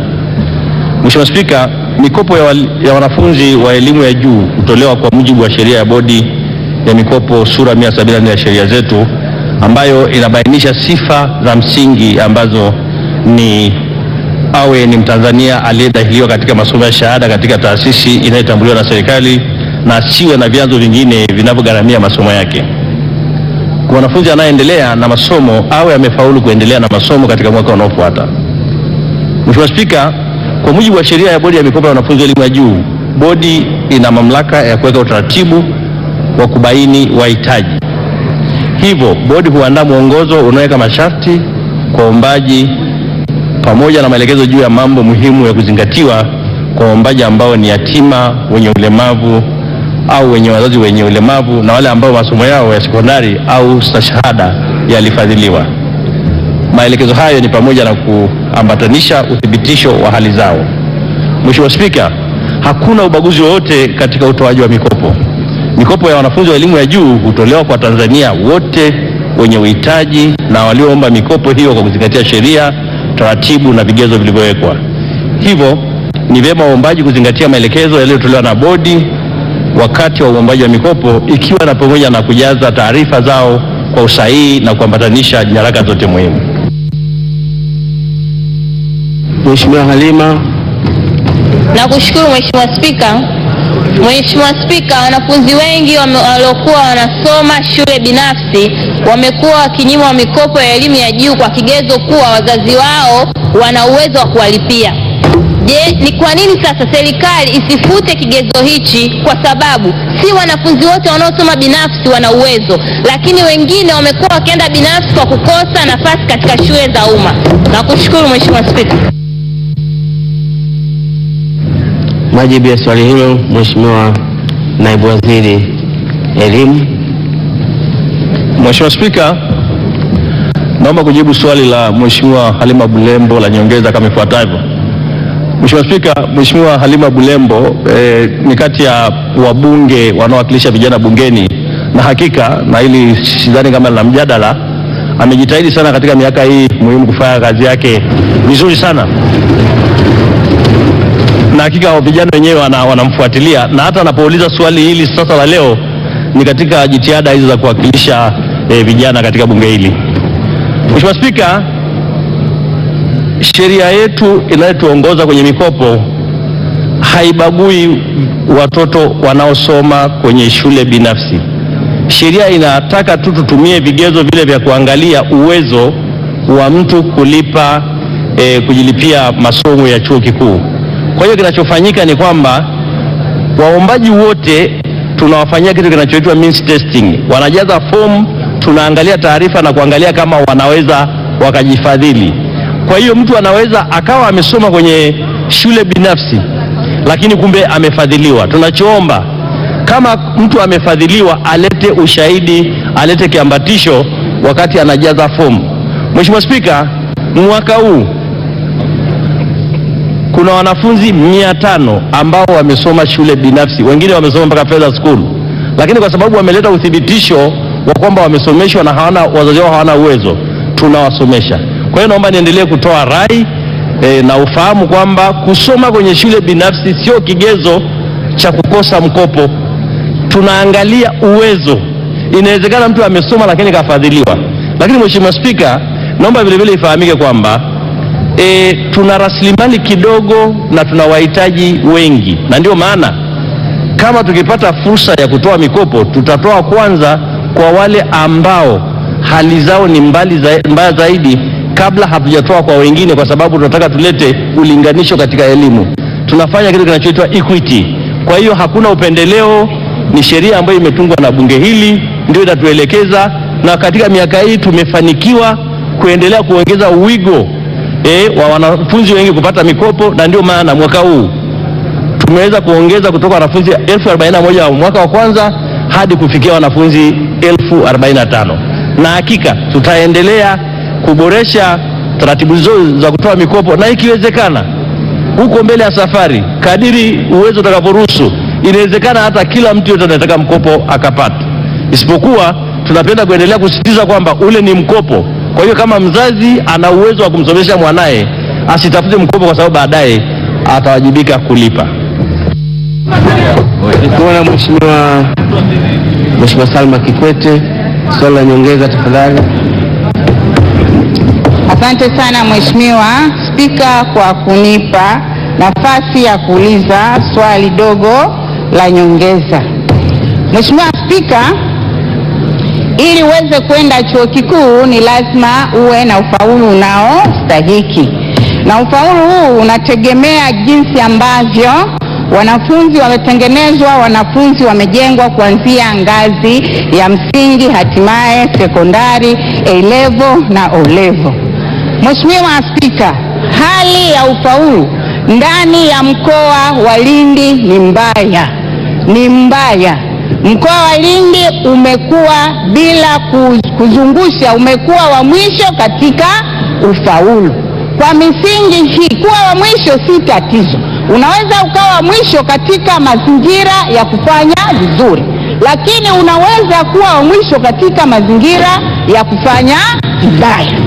Sasa, kwa kuwa Lindi tumekuwa wa mwisho katika mazingira ya kufanya vibaya, je, serikali ina mpango gani wa kuangalia changamoto zilizojitokeza ndani ya mkoa wa Lindi mpaka kuwa wa mwisho? Na hii itapelekea kwamba kama Mheshimiwa Waziri husika akija na kuangalia nini changamoto zinazokabili mkoa wa Lindi kuwa wa mwisho, namuomba Mheshimiwa Waziri atengeneze ziara ili aje atambue changamoto zinazokabili mkoa wa Lindi, pamoja Wanalindi wenyewe wameshakaa vikao vya mkakati kuangalia changamoto hizo. Asante Mheshimiwa Spika.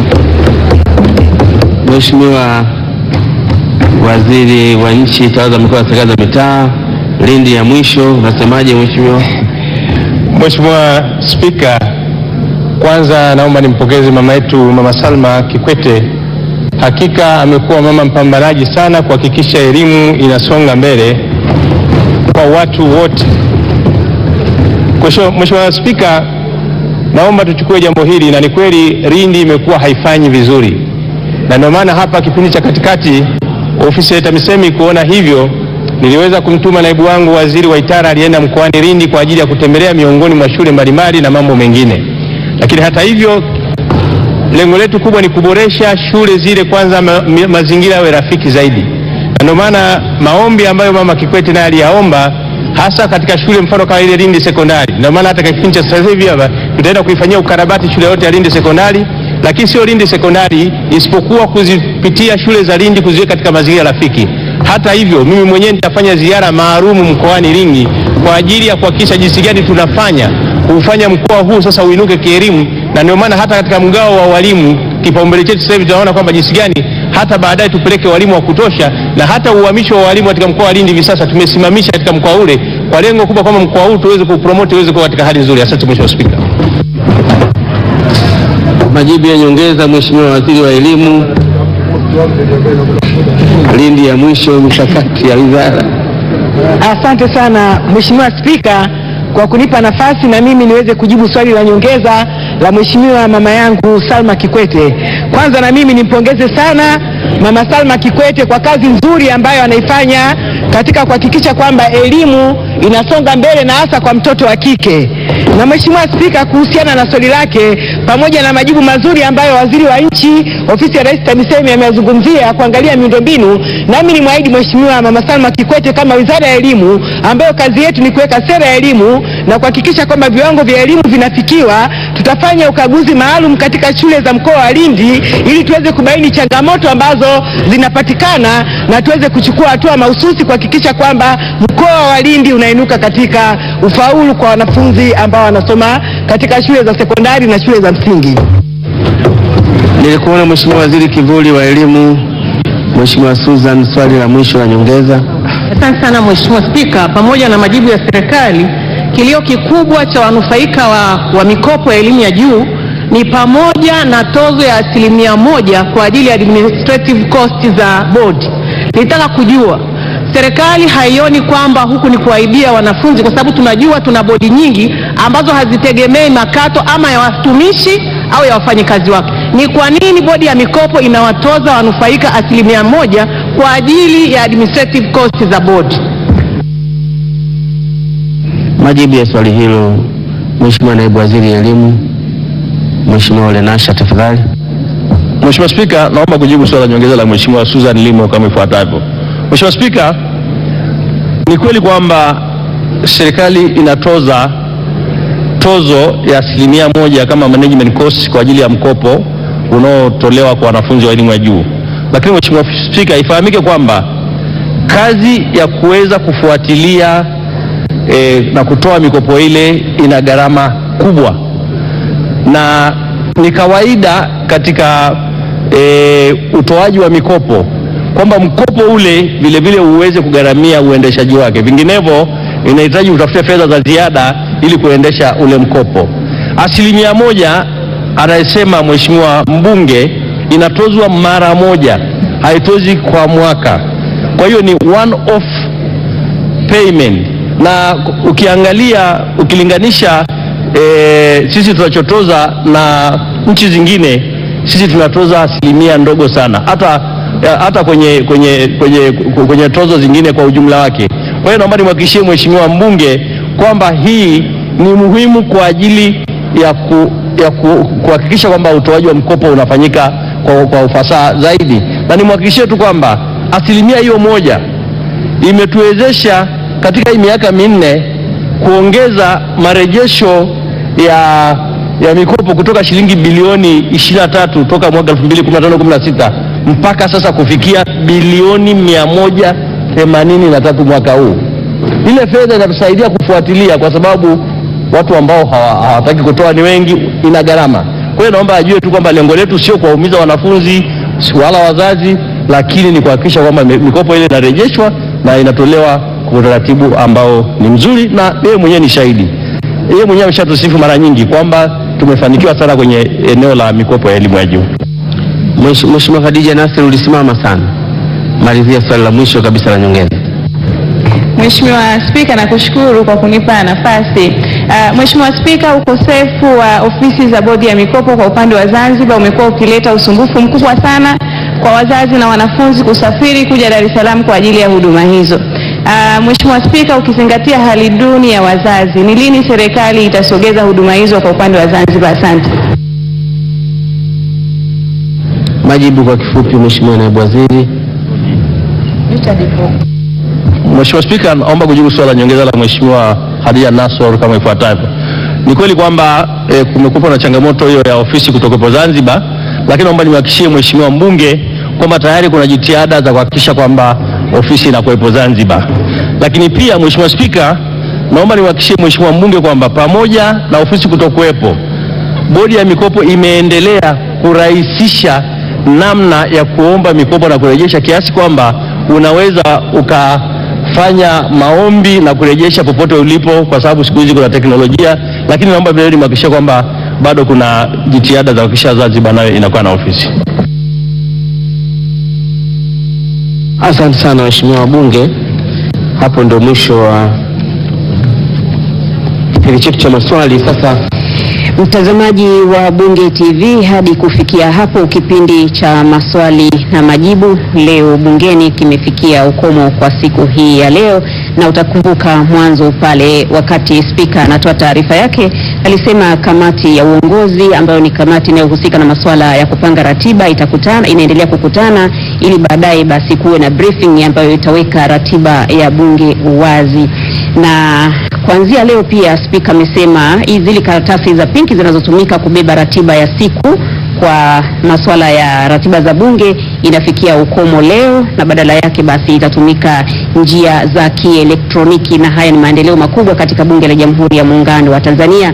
Kufikia hapo niseme hatuna la ziada. Kwa niaba ya msimamizi mkuu wa matangazo haya Shida Masamba na mwongozaji wa matangazo haya Festus Makerubi, kwa upande wa lugha ya alama wakalimani wetu tulikuwa naye Habibu Upurute, na tunamaliza naye Jeni Malumbo. Mtangazaji mwenzangu ni Charles Mudea, mimi ni Victoria Patrick. Kesho pia ni siku, tutakutana katika matangazo haya ya bunge. Asalamu alaikum.